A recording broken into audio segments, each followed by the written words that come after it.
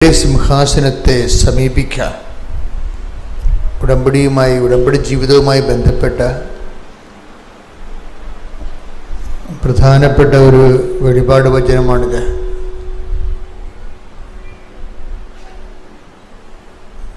ഹെബ്രായ ലേഖനം 4-ാം അധ്യായം 16-ാം വാക്യം. അതിനാൽ വേണ്ട സമയത്ത് കരുണയും കൃപാവരവും ലഭിക്കുന്നതിനായി നമുക്ക് പ്രത്യാശയോടെ കൃപാവരത്തിന്റെ സിംഹാസനത്തെ സമീപിക്കാം. ഇതൊരു സാധ്യതയാണ്. ഈ സാധ്യത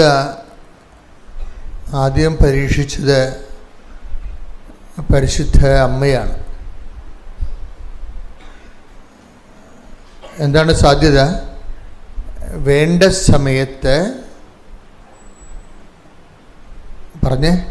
വേണ്ട സമയത്ത് കരുണയും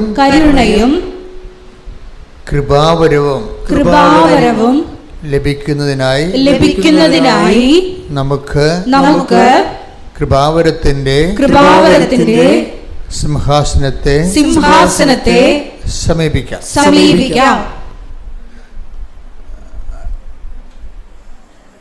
അപ്പൊ കൃപാവരത്തിന്റെ സിംഹാസനം എന്ന് പറയുന്നത് ഈശോയാണ്. ഈശോയെ സമീപിക്കാവുന്നാണ് പറയണത്. എന്താണ് വേണ്ട സമയത്ത്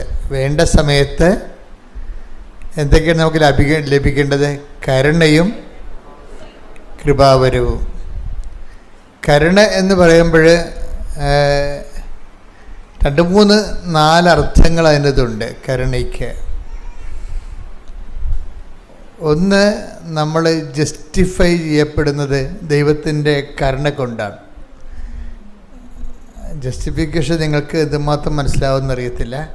അതായത് കംപ്ലീറ്റ് റൈറ്റ് ഓഫ് ചെയ്യുന്നതിനാണ് ജസ്റ്റിഫിക്കേഷൻ എന്ന് പറയുന്നത്. നമ്മുടെ പാപങ്ങളും നമ്മളെ യോഗ്യമാക്കി ദൈവം അങ്ങ് ഏകപക്ഷികമായിട്ട് ദൈവം നമ്മളെ റൈറ്റ് ഓഫ് ചെയ്യും. ഇപ്പോൾ കോടിക്കണക്കിന് ഒരുപാട് കടം യാതൊരുവിധ റെമിറ്റൻസും ഇല്ലാതെ അങ്ങ് ഫ്ലാറ്റായിട്ട് റൈറ്റ് ഓഫ് ചെയ്യുന്നതിനാണ് ഒരു വ്യക്തിയെ ജസ്റ്റിഫൈ ചെയ്തെടുക്കുക. അതിനാണ് ജസ്റ്റിഫിക്കേഷൻ എന്ന് പറയുന്നത്. തിയോളജിയിലെ ഭയങ്കരമായൊരു സബ്ജക്റ്റാണത് ജസ്റ്റിഫിക്കേഷൻ. ഈ കരുണ പലപ്പോഴും ജസ്റ്റിഫിക്കേഷനുമായിട്ട് ബന്ധപ്പെട്ടിരിക്കുന്നത്.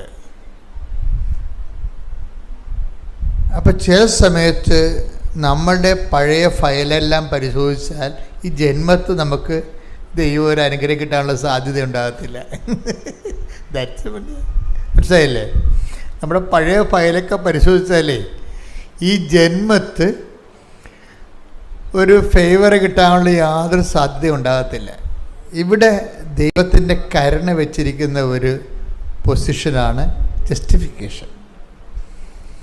എന്നുവെച്ചാൽ എങ്ങനെയാണ് ആ ജസ്റ്റിഫിക്കേഷൻ നമുക്ക് ലഭിക്കേണ്ട? വെറുതെ അല്ല, ഓശാരം കിട്ടണമല്ലത്. ദൈവം ജസ്റ്റിഫിക്കേഷന് വേണ്ടി ഒരാളെ ഉയർത്തിയിട്ടുണ്ട്. ആരാണത്? ക്രിസ്തുവിനെ. എന്നിട്ട് ക്രിസ്തുവിൻ്റെ കുരിശുരൂപം കണ്ടിട്ട് എൻ്റെ പാപങ്ങൾക്ക് പരിഹാരം അവൻ ഏറ്റെടുത്തു എന്ന് ഞാൻ വിശ്വസിക്കുമ്പോഴാണ് ജസ്റ്റിഫിക്കേഷൻ വരണത്. വെറുതെ അവനല്ല, ക്രിസ്തുവിൻ്റെ പാപങ്ങൾക്ക് പരിഹാരമാണെന്ന്. അതാണ് ജസ്റ്റിഫിക്കേഷൻ ബൈ ഫെയ്ത്തായിട്ട് വരണത്, വിശ്വാസത്തിൽ നീതീകരണം വരണത്. യേശു എനിക്ക് പകരക്കാരനായി, എനിക്ക് കിട്ടേണ്ട ശിക്ഷ അവൻ ശരീരത്തിൽ ഏറ്റെടുത്തു. അതാണ് take the bed of God. ശരീരത്തിൽ ശിക്ഷ വിധിച്ചു. റോമാ 8:3 ശരീരത്താൽ ബലഹീനമാക്കപ്പെട്ട നിയമത്തിന് അസാധ്യമായത് ദൈവം ചെയ്തു. അവിടുന്ന് തന്റെ പുത്രനെ പാപപരിഹാരത്തിനു വേണ്ടി പാപകരമായ ശരീരത്തിന്റെ സാദൃശ്യത്തിൽ അയച്ചുകൊണ്ട് പാപത്തിന് ശരീരത്തിൽ ശിക്ഷ വിധിച്ചു. അതിനെ കുരിശുരൂപം ഇങ്ങനെ വെച്ചിരിക്കണത്. അപ്പം എല്ലാ മിക്ക കത്തോലിക്ക റീത്തുകളിലും കുരിശുരൂപം ഇങ്ങനെ രൂപത്തോടെ കാണിക്കും.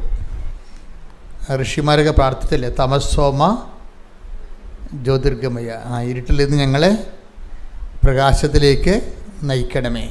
കാര്യം മനുഷ്യന്മാരിവിടെ വന്ന കാലം മുതൽ ഇപ്പോൾ കുറേ ആൾക്കാർ ഈ കാബ സ്റ്റോണിനൊക്കെ കല്ലെറിയത്തില്ലേ അല്ലേ? മുസ്ലിം സഹോദരങ്ങൾ കാബ സ്റ്റോണിൽ പോയി കല്ലെറിയും, പിശാസിനെ കല്ലെറിയും. അവരതിന് ഹജ്ജിന് പോയാണ് ചെയ്യണത്. എന്തിനാണ്? അവരുടെ പാപത്തിൻ്റെ പരിഹാരമാണ്.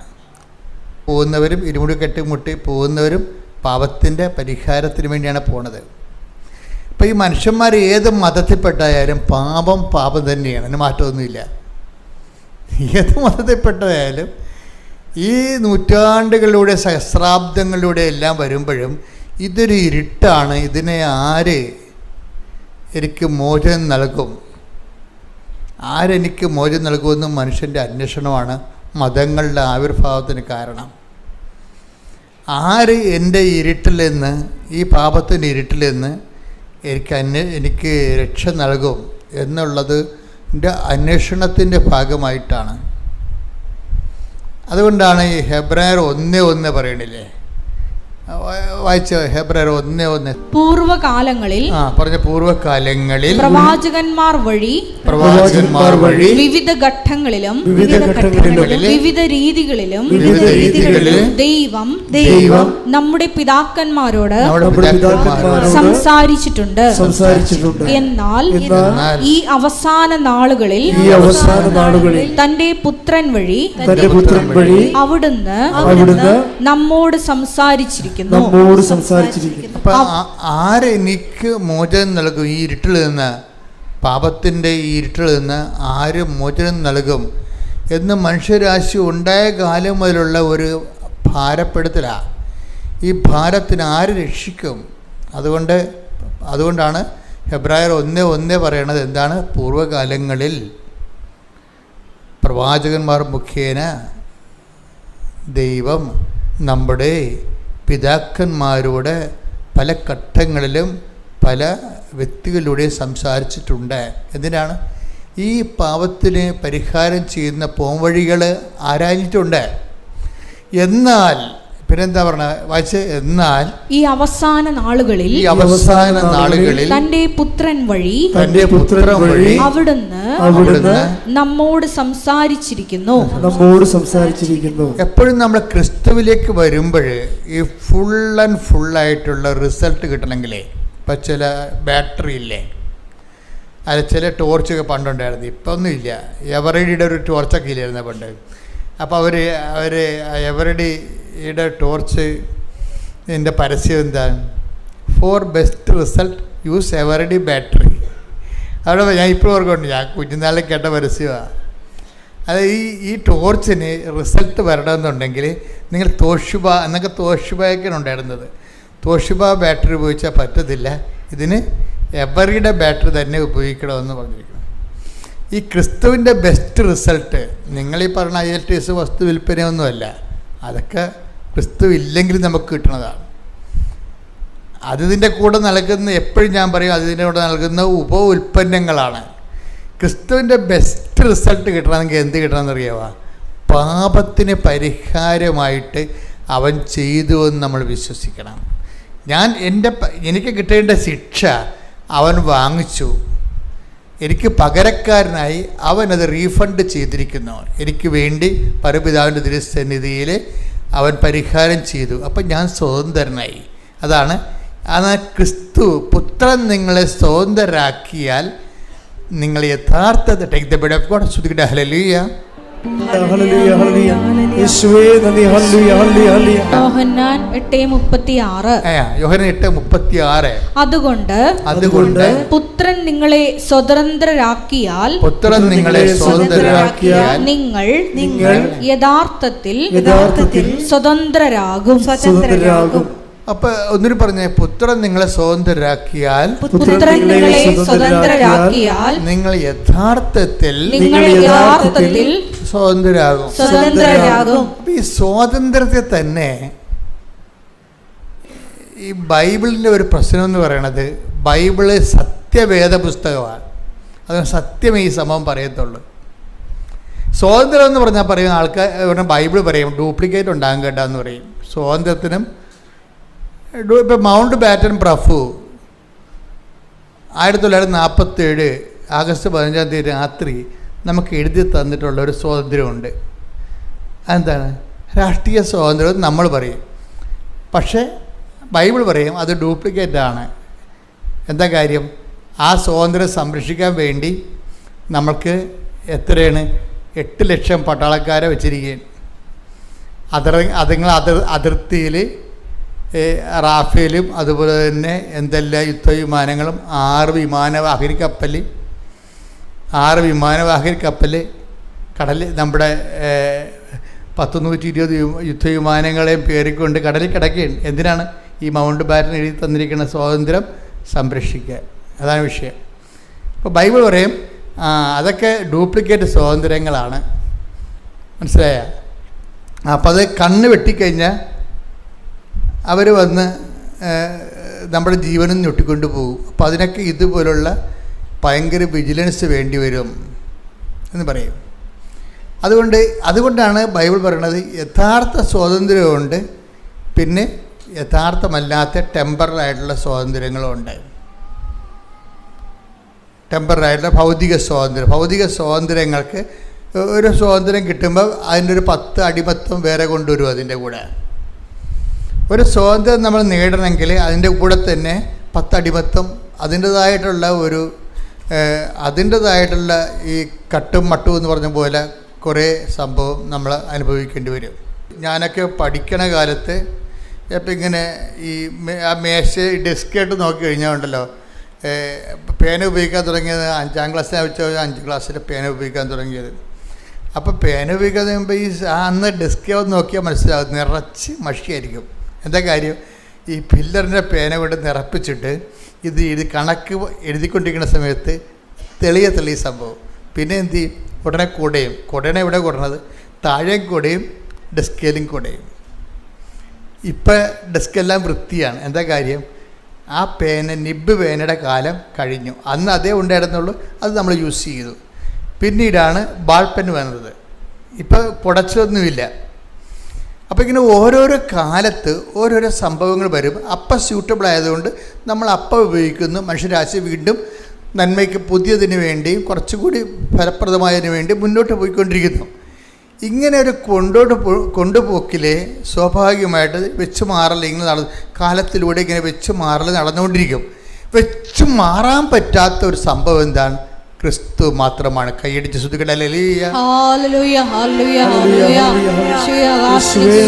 ഞങ്ങൾക്ക് രക്ഷ നൽകപ്പെട്ട ഒരേ ഒരു നാമമാണ് അവിടുത്തേതെന്ന് ഞങ്ങൾ ഏറ്റുപറയുന്നു. ഹല്ലേലൂയ. പരിശുദ്ധ പരമ ദിവ്യകാരുണ്യത്തിന് എന്നേരവും ആരാധനയും സ്തുതിയും പുകഴ്ചയും ഉണ്ടായിരിക്കട്ടെ. ഞാൻ മനസ്സിലാക്കിയിരിക്കുന്നത് ഒരു മനുഷ്യൻ്റെ ഏറ്റവും വലിയ ദുരന്തം ഈ ഭൂമിയിലെന്ന് പറയണത്, ഏറ്റവും വലിയ ദുരന്തങ്ങളുടെ ഒരു തട്ടകമാണല്ലോ ഈ ഭൂമി എന്ന് പറയുന്നത്. ഇപ്പോൾ ഒരു കപ്പലും പറഞ്ഞ് കിടക്കണില്ലേ, അതിൻ്റെ 10 കണ്ടെയ്നർ കടലിൽ ഒഴുകി നടക്കുകയാണ്. ഒരു ദുരന്തമാണ്. ദൈവം അനുഗ്രഹിച്ച് ആളപായമൊന്നും ഇല്ലാത്തതിന് ദൈവത്തിന് നന്ദി. മഴ തുടങ്ങിയിട്ടുണ്ട്, ദുരന്തക്കാഴ്ച കണ്ടുകൊണ്ടിരിക്കുന്നു നമ്മൾ. അപ്പം ഇങ്ങനെ ദുരന്തങ്ങൾ ഇവിടെ സുഖവും സന്തോഷവും ഉള്ള പോലെ തന്നെ ദുരന്തങ്ങളും അതിൻ്റെ കൂടപ്പിറപ്പായിട്ട് ഇങ്ങനെ വന്നുകൊണ്ടേയിരിക്കും. ഇപ്പം ഇതിങ്ങനെ ഓരോ കാലത്ത് ഇപ്പം നമ്മൾ ഓരോരോ കാലങ്ങളിൽ ഓരോരോ കാര്യങ്ങൾക്ക് വേണ്ടി നമ്മൾ ക്രിസ്തുവിനെ അന്വേഷിക്കുന്നുണ്ടെങ്കിലും ഇവിടെ ദുരന്തങ്ങൾ ഒന്നിനു പിറകെ ഒന്നായിട്ട് പലതരത്തിലുള്ള ദുരന്തങ്ങളുണ്ടെങ്കിലും ശരിക്കും പറഞ്ഞാൽ ഏറ്റവും വലിയ ക്യാപിറ്റൽ ട്രാജഡി കലാമിറ്റി, ഒരു CC എന്ന് പറയാവുന്ന ക്യാപിറ്റൽ കലാമിറ്റി എന്ന് വെച്ചാൽ എന്താണ്? ഒരു മനുഷ്യൻ ക്രിസ്തുവിനെ പൂർണ്ണമായിട്ട് അറിയാതെ മരിച്ചു പോണതാണ്. പ്രാർത്ഥിക്കുക. കർത്താവായ ദൈവമേ, കർത്താവായ ദൈവമേ, നിന്നെ പൂർണ്ണമായി അറിയാനുള്ള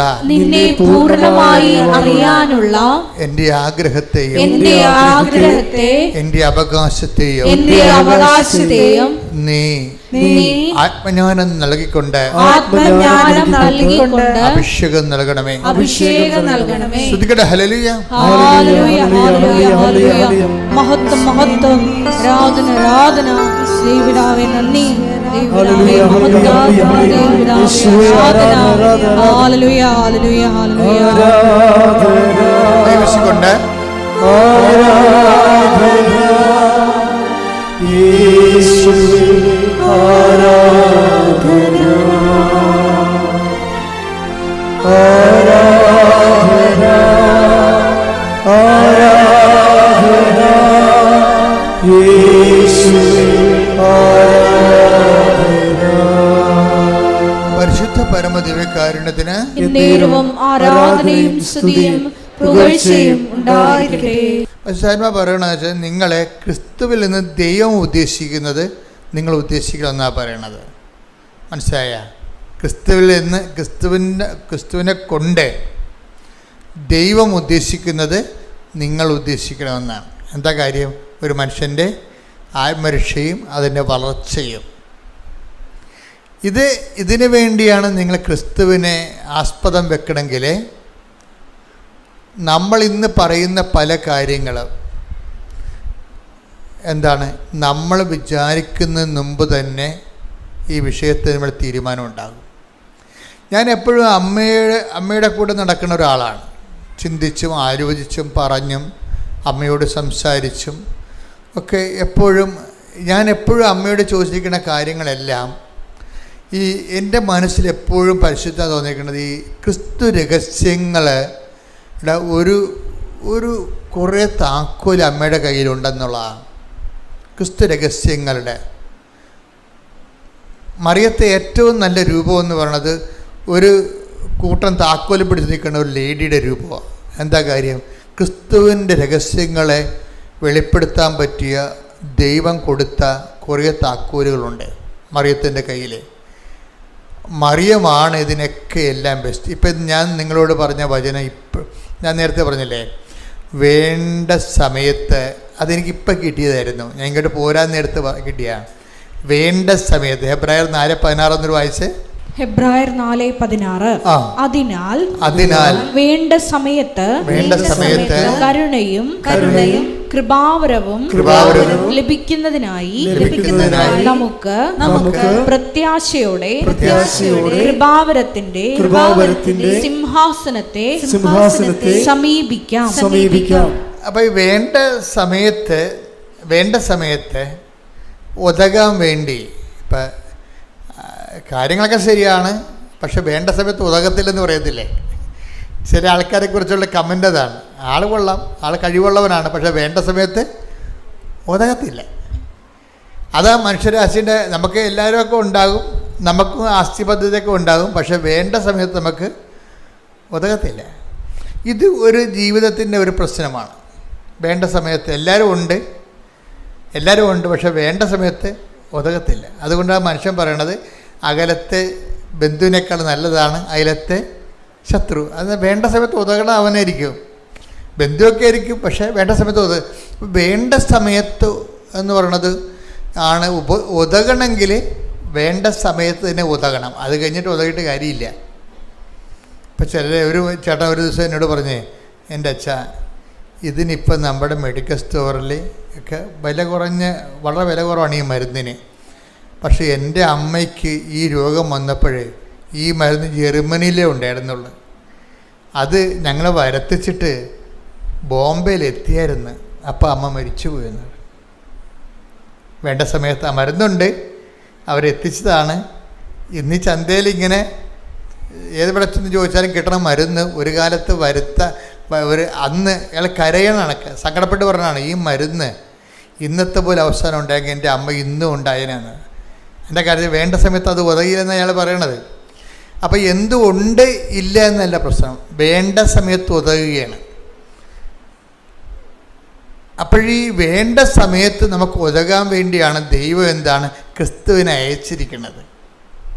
വീട്ടില്ലേ, ക്രിസ്തുവിനെ അയച്ചതിൻ്റെ ഒരു ലക്ഷ്യം എന്താ? വേണ്ട സമയത്ത് നമുക്ക് ഉതകുക, വേണ്ട സമയത്ത് വേണ്ട കാര്യത്തിന് ഉതകുക. അതുകൊണ്ട് എന്താ പറയണത്, അതിന് നമുക്ക് കുറേ സാധനങ്ങൾ വേണം. ഒന്ന്, വേണ്ട സമയത്ത് ഉതകണമെങ്കിൽ എന്ത് ചെയ്യണം? നമ്മൾക്ക് കുറേ കാര്യം റൈറ്റ് ഓഫ് ചെയ്ത് കളയണം. അതാണ് വേണ്ട സമയത്ത് കരുണ കിട്ടണം. കരുണയെന്ന് പറഞ്ഞാൽ എന്താണ്? മേഴ്സി എന്ന് വെച്ചാൽ ഗ്രേസാണ് കരുണ. ഗ്രേസ് എന്ന് പറയുന്നതിൻ്റെ ഉദ്ദേശം രണ്ട് കാര്യങ്ങളാണ്. ഒന്ന്, ഗ്രേസ് ഒരു ഫ്രീ ഗിഫ്റ്റാണ്. ക്രിസ്തുവിലൊരു ആൾ വിശ്വസിക്കുമ്പോൾ തന്നെ ദൈവം അലോട്ട് ചെയ്യുന്നതാണ് ദൈവത്തിൻ്റെ പവർ ഓഫ് ഗോഡ് എന്ന് പറയുന്നത്. ഇതിൻ്റെ ഏറ്റവും വലിയ ഗുണമെന്ന് പറയുന്നത് പാപം ചെയ്യാതിരിക്കാനുള്ള കഴിവാണ്. നമ്മൾ അതിനെക്കുറിച്ച് ചിന്തിക്കാറ് പോലും ഇല്ല. നമ്മൾ കൃപാവരം എന്നൊക്കെ പറയുമെങ്കിലും കൃപാവരത്തിൻ്റെ അൾട്ടിമേറ്റ് ഉദ്ദേശം എന്താണെന്നറിയാമോ? ദൈവം ഉദ്ദേശിക്കണത് പാപം ചെയ്യാതിരിക്കാനുള്ള കഴിവാണ്. ബാക്കിയെല്ലാം ഇത് ഈ ഒരു സ്റ്റാറ്റസ് കിട്ടിയാൽ ബാക്കിയുള്ളതൊന്നും പ്രശ്നമല്ല. ഈ ഗ്രേസിൻ്റെ വരപ്രസാദത്തിൻ്റെ ഏറ്റവും വലിയ ഇഫക്റ്റ് എന്ന് പറയുന്നത് ഒന്ന് പാപം ചെയ്യാതിരിക്കാനുള്ള കഴിവാണ്. കാര്യം ഈ പാപമാണ് ഈ രൂപത്തിലാക്കി ക്രിസ്തുവിനെ പോലും ആക്കി കളഞ്ഞിരിക്കുന്നത്. അപ്പോൾ ഇത് രണ്ടും കൂടി ഒരുമിച്ച് പോകത്തില്ല. ഒരു പാപകരമായ ജീവിതവും ക്രിസ്തുവുള്ള ജീവിതവും തമ്മിൽ ഒരുമിച്ച് പോകത്തില്ല. നിങ്ങൾ ആരും അങ്ങനെ വിചാരിക്കരുത്. അതുകൊണ്ട് തന്നെ ഈ കാര്യത്തിലൊക്കെ ഒരു തീരുമാനം വരണം. എന്തുമാത്രം ഉടമ്പടി പുരോഗമിക്കുന്നു അത്രയും നമ്മൾ വിശുദ്ധിയിൽ വളരാൻ വേണ്ടിയുള്ള ദൈവത്തിൻ്റെ പദ്ധതികളോട് സഹകരിക്കുകയാണ്. പറഞ്ഞേ, എന്തുമാത്രം നമ്മൾ ഉടമ്പടിയിൽ പുരോഗമിക്കുന്നു അത്രയും നമ്മൾ വിശുദ്ധി വളരാനുള്ള ദൈവത്തിന്റെ പദ്ധതികളോട് സഹകരിക്കുകയാണ്. ദൈവത്തിന്റെ ഒരു പദ്ധതി കൊണ്ട് എന്താണ് കാര്യം? നമ്മൾ വിശുദ്ധിയിൽ വളരണം. അപ്പോൾ ആ പദ്ധതിയോടുള്ള സഹകരണമാണ് ഈ ഉടമ്പടി. അമ്മ എന്താ ചെയ്യണത്? ഈ വേണ്ട സമയത്ത് നമുക്ക് കരുണയും കൃപാവരവും ലഭിക്കുന്നതിന് വേണ്ടി കൃപാവരത്തിന്റെ സിംഹാസനത്തെ സമീപിക്കാം. അപ്പൊ ഈ കൃപാവരത്തിന്റെ സിംഹാസനത്തെ വേണ്ട സമയത്ത് ദൈവത്തിൻ്റെ കരുണ ലഭിക്കാൻ വേണ്ടി ആദ്യം സമീപിച്ചത് ആരാണ്? അമ്മയാണ്. ഇല്ല, ഇതാണ് എന്നോട് ഇപ്പം പറഞ്ഞത്. ഇങ്ങോട്ട് കയറാൻ നേരത്ത് പറഞ്ഞത് ഇതാണ്. ഈ കൃപാവരത്തിൻ്റെ ഈ ഹെബ്രായർ 4:16 അനുസരിച്ചുകൊണ്ട് ഒരു മനുഷ്യൻ്റെ വേണ്ട സമയത്ത് അവന് ദൈവത്തിൻ്റെ കരുണ ലഭിക്കാൻ വേണ്ടി ദൈവത്തിൻ്റെ കൃപാവരം ലഭിക്കാൻ വേണ്ടി കൃപാവരത്തിൻ്റെ സിംഹാസനമായ ക്രിസ്തുവിനെ ആദ്യം സമീപിച്ചത് ആരാണ്? അമ്മയാണ്. അതാണ് അവർക്ക് വീഞ്ഞില്ല എന്ന് പറയണത്. മനസ്സിലായില്ലേ? ആദ്യത്തെ സമീപനമാണ്. ഇതുകൊണ്ടാണ് നമ്മുടെ ക്രിസ്തുവിലുള്ള ജീവിതത്തിൻ്റെ ഒരു മെൻറ്റർ എന്ന് പറയുന്നത് ആരാണ്? ഒരു ക്രിസ്ത്യൻ ലൈഫിൻ്റെ മെൻറ്റർ ആരാണ്? മറിയമാണ് ശരിക്കും. ഇപ്പം ഞാൻ നിങ്ങളുടെ ആദ്യം പറഞ്ഞ വചനമുണ്ടല്ലോ, എന്താണ്? ഹെബ്രായർ 1:1 വായിച്ചോ, ഒന്നുകൂടി വായിച്ചേ. പൂർവകാലങ്ങളിൽ പ്രവാചകന്മാർ വഴി വിവിധ ഘട്ടങ്ങളിലും വിവിധ രീതികളിലും ദൈവം നമ്മുടെ പിതാക്കന്മാരോട് സംസാരിച്ചിട്ടുണ്ട്. എന്നാൽ ഈ അവസാന നാളുകളിൽ തന്റെ പുത്രൻ വഴി അവിടുന്ന് നമ്മോട് സംസാരിച്ചിരിക്കുന്നു. അപ്പൊ ഇത് നമ്മൾ അതായത് ഈ വികസനത്തിന്റെ അവസാന വണ്ടി എന്ന് പറഞ്ഞിട്ട് ഞങ്ങള് ഈ നമ്മുടെ AK ആന്റണി സാറ് മുഖ്യമന്ത്രിയായിരുന്ന കാലത്ത് ഇവിടെ കുറച്ച് വികസനങ്ങളുടെ പദ്ധതികൾ ഗവൺമെൻറ് അനൗൺസ് ചെയ്തിരുന്നു. ഇപ്പം ഇവിടെ എന്ത് വികസനം കൊണ്ടുവന്നാലും പ്രതിപക്ഷത്തിരിക്കുന്നവർ ചവിട്ടിത്താത്തുകയും പൊടി പിടിക്കുകയും അത് നശിപ്പിക്കുകയും കേരളത്തിനെ പിന്നോട്ടടിക്കുകയും ചെയ്യും. ഇതൊരു സ്ഥിരം കലാപരിപാടിയായിരുന്നു പണ്ട്. അതായത് നാടിൻ്റെ പൊതു പുരോഗതിക്കാണെന്ന് പറഞ്ഞാലും ശരി, ഒരു ഭരണകക്ഷി ഒരു പദ്ധതി കൊണ്ടുവന്ന് കഴിയുമ്പോൾ മറ്റവന്മാർ ചവിട്ടിത്താത്തു. അങ്ങനെ ചവിട്ടിത്താത്തി അവസാനം ആൻ്റണി മുടിഞ്ഞ് ഇനി നടക്കത്തില്ലെന്ന് കണ്ട, ഇനി ഒന്നും ചെയ്തിട്ട് കാര്യം, ഇനി സമയം കിട്ടുന്നപ്പോൾ പുള്ളിക്കാരൻ പറഞ്ഞതാണ് ഇത് വികസനത്തിൻ്റെ അവസാനത്തെ വണ്ടിയാണെന്ന്. ഞാൻ മനോരമയുടെ മെയിൻ ഹെഡിങ് ആയിരുന്നു ഇത് വികസനത്തിൻ്റെ അവസാന വണ്ടി. ഞാൻ എൻ്റെ മനസ്സിൽ വെച്ചാൽ ഈ വചനം കേട്ടപ്പോൾ എൻ്റെ മനസ്സിൽ വന്ന ഇതാണ്, ഇത് രക്ഷയുടെ അവസാന വണ്ടിയാണ്. അത് നമ്മളോട് ആര് പറഞ്ഞ പൂർവ്വകാലങ്ങളിൽ പ്രവാചകന്മാർ മുഖേന എന്ന് വായിച്ച് വിവിധ ഘട്ടങ്ങളിലും വിവിധ രീതികളിലും ദൈവം നമ്മുടെ പിതാക്കന്മാരോട് സംസാരിച്ചിട്ടുണ്ട്. എന്നാൽ ഈ അവസാന നാളുകളിൽ അവസാന വണ്ടി രക്ഷയുടെ അവസാന വണ്ടിയാണ്. എത്രയോ കാലങ്ങളായിട്ട് ദൈവം പ്രവാചകന്മാരെയും മതസ്ഥാപകരെയും എന്തുമാത്രം മതസ്ഥാപകരുണ്ടായി, എത്രയോ മതസ്ഥാപകർ ദൈവം വിട്ടു, എന്തുമാത്രം പ്രവാചകന്മാരെ വിട്ടു. ഇനി മനുഷ്യ കഥാനുഗായികളുണ്ട്, മതം സ്ഥാപിച്ചില്ലെങ്കിൽ പോലും അവരുടെ സോക്രട്ടീസിനെ പോലെയുള്ള അവരുടെ നിലപാടുകൾ കൊണ്ട് തന്നെ മനുഷ്യവംശത്തെ സത്യത്തിൻ്റെ പാതയിലേക്ക് പിടിച്ചു വലിച്ച് കൊണ്ടുവരാൻ ശ്രമിച്ചിട്ടുള്ളവരുണ്ട്, ഒത്തിരി പേരുണ്ട്. അങ്ങനെ അവസാന കാലങ്ങളിലെ എന്താണ് തൻ്റെ പുത്രൻ വഴി നമ്മളോട് സംസാരിച്ചിരിക്കുന്നത്. എന്താ പറഞ്ഞിരിക്കേണ്ടത്? ഇത് മനുഷ്യൻ്റെ രക്ഷയുടെ അവസാനത്തെ ആളാണ്. ഈ മനുഷ്യരക്ഷയുടെ അവസാനത്തെ ആളാണെന്ന് നമ്മളോട് പുതിയ നിയമത്തിൽ പറഞ്ഞിരിക്കുന്നത് ആരാണ്? അമ്മയാണ് പറഞ്ഞിരിക്കുന്നത്. അതാണ്, ഇത് രക്ഷയുടെ അവസാനത്തെ ആളാണ്. ഇത് ലോകത്തിന് പരിചയപ്പെടുത്തി കൊടുത്തത് മറിയമാണ്.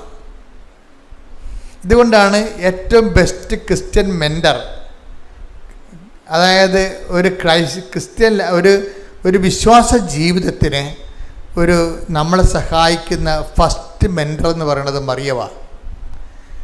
ഈ മറിയത്തിൻ്റെ വായിൽ നിന്നാണ് പരിശുദ്ധാത്മാവ് എങ്ങനെയാണ് ക്രിസ്തുവിനെ സ്വീകരിക്കുന്നതിൻ്റെ ഫണ്ടമെൻ്റൽ ഫോർമുല വെളിപ്പെടുത്തിയിരിക്കുന്നത്. എങ്ങനെയാണ് ഒരു വ്യക്തി നമ്മുടെ ജീവിതത്തിലേക്ക് ക്രിസ്തുവിനെ ഇടപെടുത്തുന്നതിന് എന്താണ് നമുക്ക് ചൂണ്ടിക്കാണിക്കാം. യോഹന്നാൻ പറയും this is the love of God. Yohannan 1:29. അടുത്ത ദിവസം യേശു തന്റെ അടുത്തേക്ക് വരുന്നത് കണ്ട് അവൻ പറഞ്ഞു ഇതാ ലോകത്തിന്റെ പാപം നീക്കുന്ന ദൈവത്തിന്റെ കുഞ്ഞാട്. അപ്പൊ യോഹന്നാൻ കാണിച്ചെന്ന് ചൂണ്ടിക്കാണിക്കണ ചെയ്തത്. മറിയം ചൂണ്ടിക്കാണിക്കല്ല ചെയ്തത്. മറിയം പറഞ്ഞ് ഇങ്ങനെ ചൂണ്ടിക്കാണിക്കേണ്ട ആളല്ല ഇത്. പിന്നെന്താണ്? ഇത് ജീവിതത്തിലോട്ട് ക്ഷണിച്ചു വരുത്തേണ്ട ആളാണ്. ഈ ജീവിതത്തിൽ നമ്മുടെ കൂടെ ജീവിക്കേണ്ട ആളാണ്. ഈ ആൾ നമ്മുടെ കൂടെ ജീവിച്ചു കഴിഞ്ഞാൽ ഇനി ലോകത്തിലുള്ള എല്ലാ വാഗ്ദാനങ്ങളും ഇവനിലാണ്. അതെ, take the bed of God, എല്ലാ വാഗ്ദാനങ്ങളും. 2 കൊറിന്ത്യർ 1:20. ദൈവത്തിന്റെ സകല വാഗ്ദാനങ്ങളും ക്രിസ്തുവിൽ അതേ എന്ന് തന്നെ. അതായത് അവസാന വണ്ടിയാണ്. അവസാന വണ്ടി എന്ന് പറയുമ്പോൾ കാലിക്കടിച്ച് വന്നിരിക്കണതല്ല, എല്ലാത്തിനും സമാധാനം പറഞ്ഞിരിക്കുന്ന, എല്ലാത്തിൻ്റെയും ആൻസറായിട്ടാണ് എൻ്റെ ഉള്ളത്. മനുഷ്യരാശി ഉഴലുന്ന ആധ്യാത്മികവും ഭൗതികവുമായിട്ടുള്ള എല്ലാത്തിൻ്റെയും ആൻസറാണ്. അതാണ് ജീസസ് ഇസ് ദ ആൻസർ എന്ന് പറയുന്നത്. നമ്മൾ എടുത്ത് ചില സ്റ്റിക്കറെ കണ്ടിട്ടില്ലേ, Jesus is the answer. Jesus is the answer for all questions ആണ്. ഭൗതികവും ആത്മീയവുമായ മനുഷ്യൻ്റെ എല്ലാവിധ ആശങ്കകളുടെയും ചോദ്യങ്ങൾക്ക് ഉത്തരവാണ്. അതുകൊണ്ടാണ് 2 കൊറിന്ത്യർ 1:20 പറയണത് ക്രിസ്തു പറഞ്ഞ സകല വാഗ്ദാനങ്ങളും ക്രിസ്തുവിൽ അതേ തന്നെയാണ്. അപ്പൊ ഈ ലോകത്തിന് പറ്റിയതും വരാനിരിക്കുന്ന ലോകത്തിനുള്ള ദൈവം എന്നെല്ലാം നമുക്ക് നൽകിയിരിക്കുന്നത് വാഗ്ദാനത്തിലാണ്. ഇത് വാഗ്ദാനം മുഴുവനുമായിട്ടാണ് ക്രിസ്തുവിലെ. ദൈവം ക്രോഡീകരിച്ചിരിക്കുന്നത്. ക്രിസ്തുവിനെ സ്വീകരിക്കുന്നവൻ ദൈവത്തിൻ്റെ എല്ലാ വാഗ്ദാനങ്ങളും നമ്മൾ പ്രാപിക്കുകയാണ്. ദൈവത്തിൻ്റെ എല്ലാ വാഗ്ദാനം പ്രാപിക്കുകയാണ്. അപ്പം അതുകൊണ്ട് തന്നെ ക്രിസ്തുവിനെ സ്വീകരിക്കാൻ വേണ്ടിയുള്ള ഒരു വളരെ ലളിതമായൊരു ഫോർമുലയാണ് പരിശുദ്ധാത്മാവ് അമ്മയിലൂടെ വെളിപ്പെടുത്തുന്നത്. എന്താണ്? ക്രിസ്തുവിനെ നിനക്ക് സ്വീകരിക്കണമോ? നീ ഒരു ഫ്രഷ് ഹാൻഡാണ്. നീ ആദ്യമാണ് ക്രിസ്തുവിനെ കേൾക്കുകയാണ്. Do you want to receive Jesus Christ? നിങ്ങൾക്ക് കർത്താവിനെ സ്വീകരിക്കണമെന്നുണ്ടോ? എങ്കിൽ ഇറ്റ് ഈസ് വെരി ഈസി. എന്താ ചെയ്യേണ്ടത്? എന്ത് ചെയ്യണം? നീ അവിടെ പോയി ഏതെങ്കിലും വെള്ളത്തിലോ കടലിലോ പോയി മുങ്ങേണ്ട കാര്യമില്ല. പിന്നെ എന്താ കാരണത്? നീ ഇത്രയേ ഉള്ളൂ, അവൻ പറയണ പോലെ ചെയ്യുക. വചനത്തിലുള്ള ന്യായസ്ഥാനമാണ്. വചനത്തിലെ ഇതൊരു ന്യായസ്ഥാനമാണ് ശരിക്കും. പക്ഷേ ആർക്കും ചെയ്യാം. ഒരു സഭയുടെ ഭാഗമാകാതെ തന്നെ നിനക്ക് ക്രിസ്തുവിനെ സ്വീകരിക്കാൻ പറ്റും. എന്താ കാര്യം? ഫ്രഷ് ഹാൻഡ്സിൻ്റെ ദൈവം നൽകുന്ന ഏറ്റവും വലിയ ഒരു ചാൻസാണ്, ഒരു ഒക്കേഷനാണ്, ഒരു ഓഫറാണ്. ഇതൊരു പുതിയ കാലത്തിൻ്റെ പുതിയ ഓഫറാണ്. എന്താണ്? നിനക്ക് നിന്നെ ക്രിസ്തുവിനെ സ്വീകരിക്കണം എങ്കിൽ അതിന് എളുപ്പമാർഗം എന്താണ്? അവൻ പറയണ പോലെ ചെയ്യുക. ഈ ഉടമ്പടിയുടെ ഉൾക്കാമ്പെന്ന് പറഞ്ഞ ഇതാണ്. എന്താ കാര്യം? മറിയം കണ്ടെടുത്ത ക്രിസ്തുവിനെ, ഹെബ്രായർ 4:16 ക്രിസ്തുവിനെയും നമ്മൾക്ക് അക്സസറിയാക്കി തരികയാണ്. എന്ന് വെച്ച് കഴിഞ്ഞാൽ ഒത്തിരി കഷ്ടപ്പെട്ട്, കാര്യം ക്രിസ്തുവിനെ സ്വീകരിക്കുന്നത് ഒരു ദുർവഹമായ ചുമടായി മാറ്റരുതെന്ന് ക്രിസ്തുവിന് ഭയങ്കര ആഗ്രഹമുണ്ട്. നിങ്ങൾ ദുർവഹമായ ചുമടുകൾ മനുഷ്യരുടെ മുമ്പിൽ വെക്കുന്നു, എന്നിട്ട് നിങ്ങളതിൽ പ്രവേശിക്കുന്നില്ല, പ്രവേശിക്കാൻ വന്നവരെ നിങ്ങൾ തടയുന്നു എന്നൊക്കെ പറഞ്ഞ് ക്രിസ്തുവിൻ്റെ സ്റ്റേറ്റ്മെൻ്റ് ഉണ്ട്. അതിനെ അഡ്രസ്സ് ചെയ്തുകൊണ്ടാണ് ഞാൻ ഇപ്പോൾ പരിശുദ്ധനോട് സംസാരിക്കുന്നത്. ഒരു ദുർവഹമായ ചുമടില്ല എൻ്റെ അകത്ത്. സിമ്പിളാണ്. എന്താ കാര്യം? അവൻ പറയണത് പോലെ ചെയ്യുക. പ്രാർത്ഥിക്കുക. കർത്താവായ ദൈവമേ, സകല വാഗ്ദാനങ്ങളും ഒന്നായി ക്രിസ്തുവായി മാറിയ ദൈവത്തിന്റെ പദ്ധതി ഉൾക്കൊള്ളാൻ ക്രിസ്തുവിന്റെ വചനം അനുസരിച്ചുകൊണ്ട് ജീവിതം പുനഃക്രമീകരിക്കുവാൻ പരിശുദ്ധമേ ദൈവമാതാവേ ഞങ്ങളെ അനുഗ്രഹിക്കണമേ.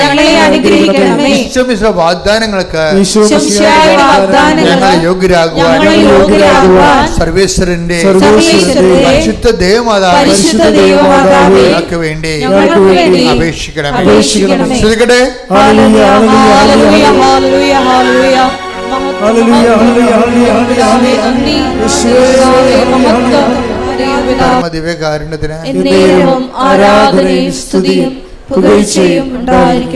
ഇത് ഞാൻ പറഞ്ഞപ്പോഴും നിങ്ങൾക്ക് കുറച്ച് പേർക്ക് സങ്കീർണമായി തോന്നിയായിരിക്കും. പക്ഷെ സങ്കീർണമായി തോന്നേണ്ട കാര്യമില്ല.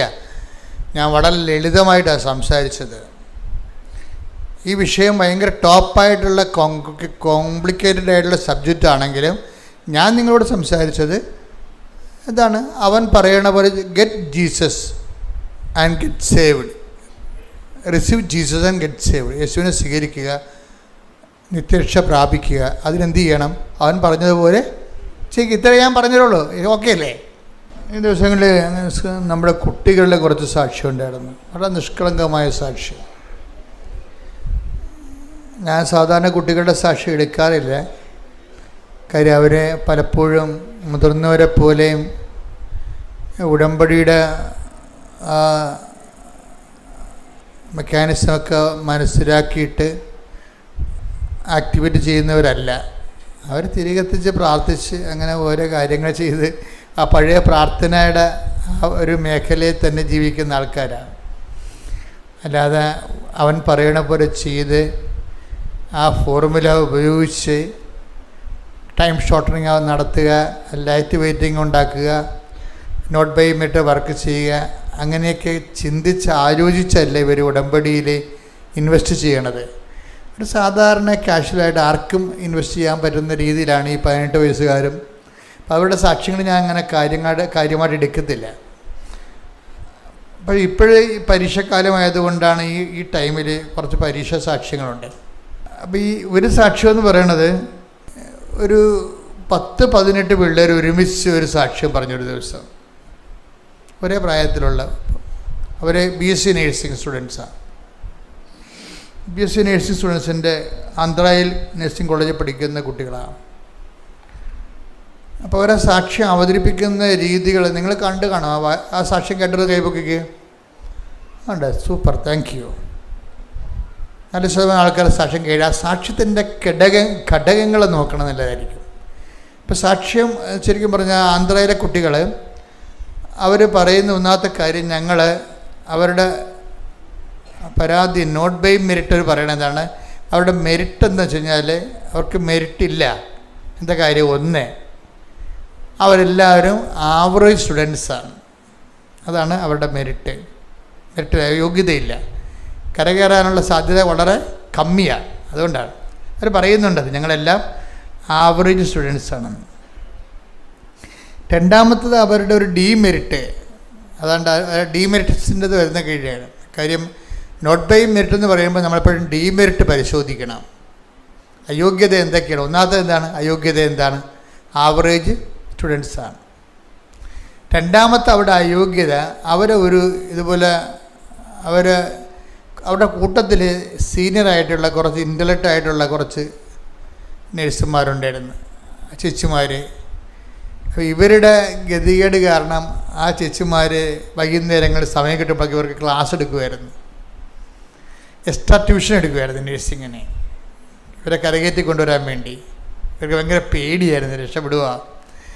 കാര്യം ഭയങ്കര ലോണൊക്കെ എടുത്ത് പോയിരിക്കുകയാണ്. വീട്ടിലാണെങ്കിൽ നല്ല കഷ്ടപ്പാടുണ്ട്. അതിനിടയ്ക്ക് റിസ്ക്കാണ്. ഇവർക്ക് പഠിക്കാനുള്ള ആ ഒരു കൊതി കൊണ്ട് നീന്തി കയറാൻ വേണ്ടിയുള്ള ഒരു എല്ലാ നിവൃത്തിയില്ല, ജീവിക്കാൻ പറ്റത്തില്ല. പപ്പായും മമ്മിയും കുറച്ചും വയസ്സാകും.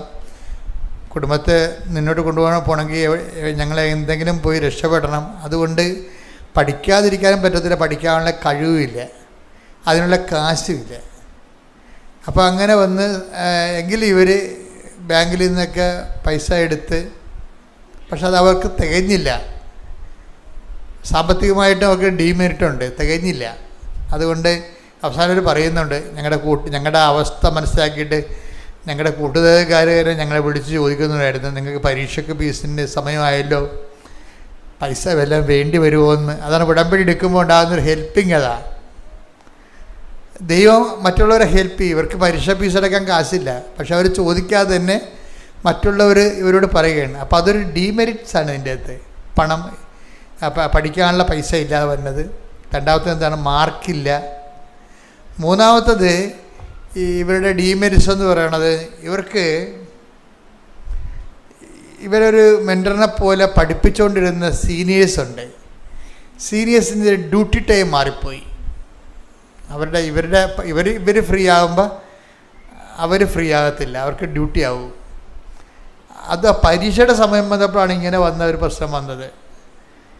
യുദ്ധം നടക്കാൻ പോകുമ്പോഴാണ് കുതിരപ്പടയാളികളെ കാണാതിരിക്കണമെന്ന അവസ്ഥയാണ്. യുദ്ധം നടക്കാൻ പോകുമ്പോഴാണ് കാണാത്തത്. ഇപ്പോൾ ഈ പരീക്ഷ തുടങ്ങണ ഒരു 2 ആഴ്ച ആയപ്പോൾ തന്നെ ഡ്യൂട്ടി ടൈമെല്ലാം ചേഞ്ച് ചെയ്തു പോയി. ഇവരെ തമ്മിൽ പോലും കാണാൻ പറ്റാത്ത അവസ്ഥയായി. 3 ഡീമെരിറ്റ്സ് വന്നു. ഇപ്പോൾ ഈ 3 ഡീമെരിറ്റ്സ്, ഒന്ന് സാമ്പത്തികമാണ്, രണ്ടാമത്തത് അവരുടെ ആവറേജ്, മൂന്നാമത്തത് അവരെ പഠിപ്പിച്ച ആളിൻ്റെ ഡ്യൂട്ടി മാറി, എല്ലാം ഒന്നിനൊന്ന് താഴേക്ക് തട്ടി താഴേക്ക് പോണ അവസ്ഥയാണ്.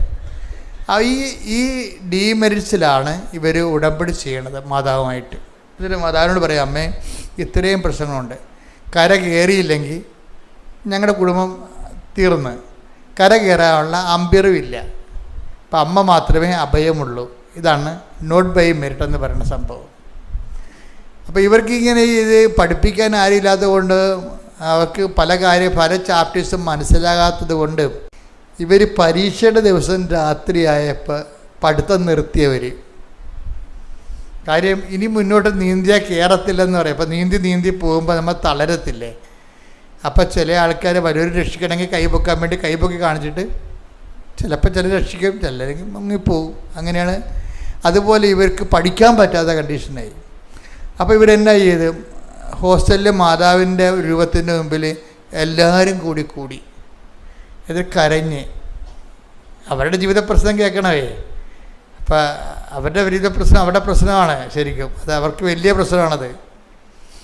അമ്മ പറഞ്ഞു, അമ്മ അല്ലാതെ വേറെ ഒരു മാർഗ്ഗമില്ല, ഞങ്ങൾ ഇങ്ങനെ സിങ്കായിക്കൊണ്ടിരിക്കുകയാണ്, ഈ പരീക്ഷ അമ്മ എഴുതണം, ഞങ്ങൾ അമ്മ തോറ്റ പോലെ ഞങ്ങൾ കണക്കാക്കുമെന്ന്. പ്രാർത്ഥനയൊക്കെ ഭയങ്കര രസമാണ്, ഇവരുടെയൊക്കെ പ്രാർത്ഥന രസമാണ് കേൾക്കാൻ. അതായത് ഈ പരീക്ഷ അമ്മ എഴുതണം, ഞങ്ങൾ അമ്മ തോറ്റ പോലെ കണക്കാക്കും. അപ്പം അമ്മ തോക്കരുത്.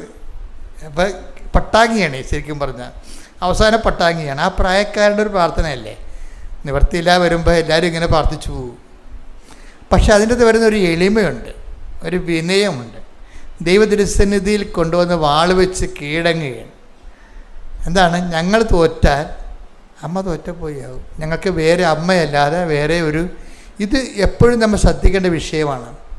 നമ്മുടെ അതുകൊണ്ടാണ് ഈ യോഹന്നാൻ 5:7 ഒരാളില്ലേ, ആ തറവായ രോഗിയായിട്ട് കിടക്കുന്ന ഒരാളില്ലേ, അയാളോട് കർത്താവ് 38 വർഷമായിട്ട് അവിടെ കിടക്കുകയാണ് അയാളോട് കർത്താവ് ചോദിക്കണത് എന്താണെന്നറിയാം? അതിൻ്റെ അവലംബങ്ങളെക്കുറിച്ചാണ് ചോദിക്കണത്. നിനക്ക് ആരുണ്ടെന്നാണ് ചോദിക്കണത്. അങ്ങനെ നേരെ ചോദിക്കണില്ല, അതിന് പകരം എന്താ ചെയ്യണത്? സുഖം പ്രാപിക്കാൻ നിനക്ക് ആഗ്രഹമുണ്ടോ എന്നാണ് ചോദിക്കണത്. അപ്പോൾ അയാൾ പറയും, ആഗ്രഹം ഉണ്ടായിട്ട് എന്ത് പ്രയോജനം, ആഗ്രഹം കൊണ്ടൊന്നും വർക്ക് ചെയ്യത്തില്ല, ആളില്ലെന്ന് പറയും. അത് അയാളുള്ള കാര്യം ഒന്ന് വായിച്ചത് യോഹന്നാൻ 5:6. യോഹന്നാൻ 5:6. അവൻ അവിടെ കിടക്കുന്നത് യേശു കണ്ടു. അവൻ വളരെ നാളായി കിടപ്പിലാണെന്ന് അറിഞ്ഞ് യേശു ചോദിച്ചു, സുഖം പ്രാപിക്കാൻ നിനക്ക് ആഗ്രഹമുണ്ടോ? അവൻ പറഞ്ഞു, കർത്താവേ, വെള്ളമിളകുമ്പോൾ എന്നെ കുളത്തിലേക്ക് ഇറക്കാൻ ആരുമില്ല. ഞാൻ എത്തുമ്പോഴേക്കും മറ്റൊരുവൻ വെള്ളത്തിൽ ഇറങ്ങിക്കഴിഞ്ഞിരിക്കും. അപ്പൊ എന്താ വിഷയം എന്ന് പറഞ്ഞത്? ഇയാൾ സുഖം പ്രാപിക്കാൻ നിനക്ക് ആഗ്രഹമുണ്ടോ എന്ന് ചോദിക്കുമ്പോൾ അയാൾ പറയുന്ന മറുപടി എന്താണ്? ഈ 38 വർഷവും ഞാൻ എൻ്റെ രീതി പരിശ്രമിക്കുന്നുണ്ടായിരുന്നു. അയാളുടെ പരിശ്രമം പറയുന്നുണ്ട് അയാൾ അതിൻ്റെ അകത്ത്. ഈ 38 വർഷവും ഞാനിങ്ങനെ വെള്ളമിളകുമ്പോൾ എന്നെ ആരെങ്കിലുമൊക്കെ ഞാൻ കയ്യും കാലും പിടിച്ചിട്ട് എന്നെ രക്ഷപ്പെടുത്താൻ പറയും. അവരങ്ങനെ എന്നെ കുളത്തിലേക്ക് ഇറക്കും. പക്ഷേ ആ കുളത്തിൽ മാലാഖ ഇറക്കി വെള്ളം ഇളകണ സമയത്താണ് സുഖപ്പെടുന്നത്. പലരും സുഖപ്പെടും, പക്ഷേ ഇയാൾ സുഖപ്പെടത്തില്ല. അങ്ങനെ ആ നാട്ടിലുള്ള ആൾക്കാരെല്ലാം ഇയാളെ സഹായിക്കാവുന്നവരൊക്കെ സഹായിച്ച് തീർന്ന് ഇനി ആരും സഹായിക്കാനില്ല. അവൻ്റെ കാര്യത്തിൽ നോക്കില്ല, അവൻ എണ്ണം കെട്ടവനാണ്, പ്രാക്കപ്പെട്ടവൻ. അവനെ കൊണ്ടുപോയത് ബാക്കിയുള്ളവർ കൂടി സുഖപ്പെടത്തില്ല. ഇയാളെ തള്ളിക്കളഞ്ഞ് ഇയാളിങ്ങനെ പരിശ്രമിച്ച് പരാജയപ്പെട്ട ഒരാളാണ്. അതയാൾ പറയുന്നുണ്ട്, ഞാൻ 38 കൊല്ലമായിട്ട് പരിശ്രമമാണ്, ഓരോ കര കയറാൻ വേണ്ടിയുള്ള പരിശ്രമമാണ്.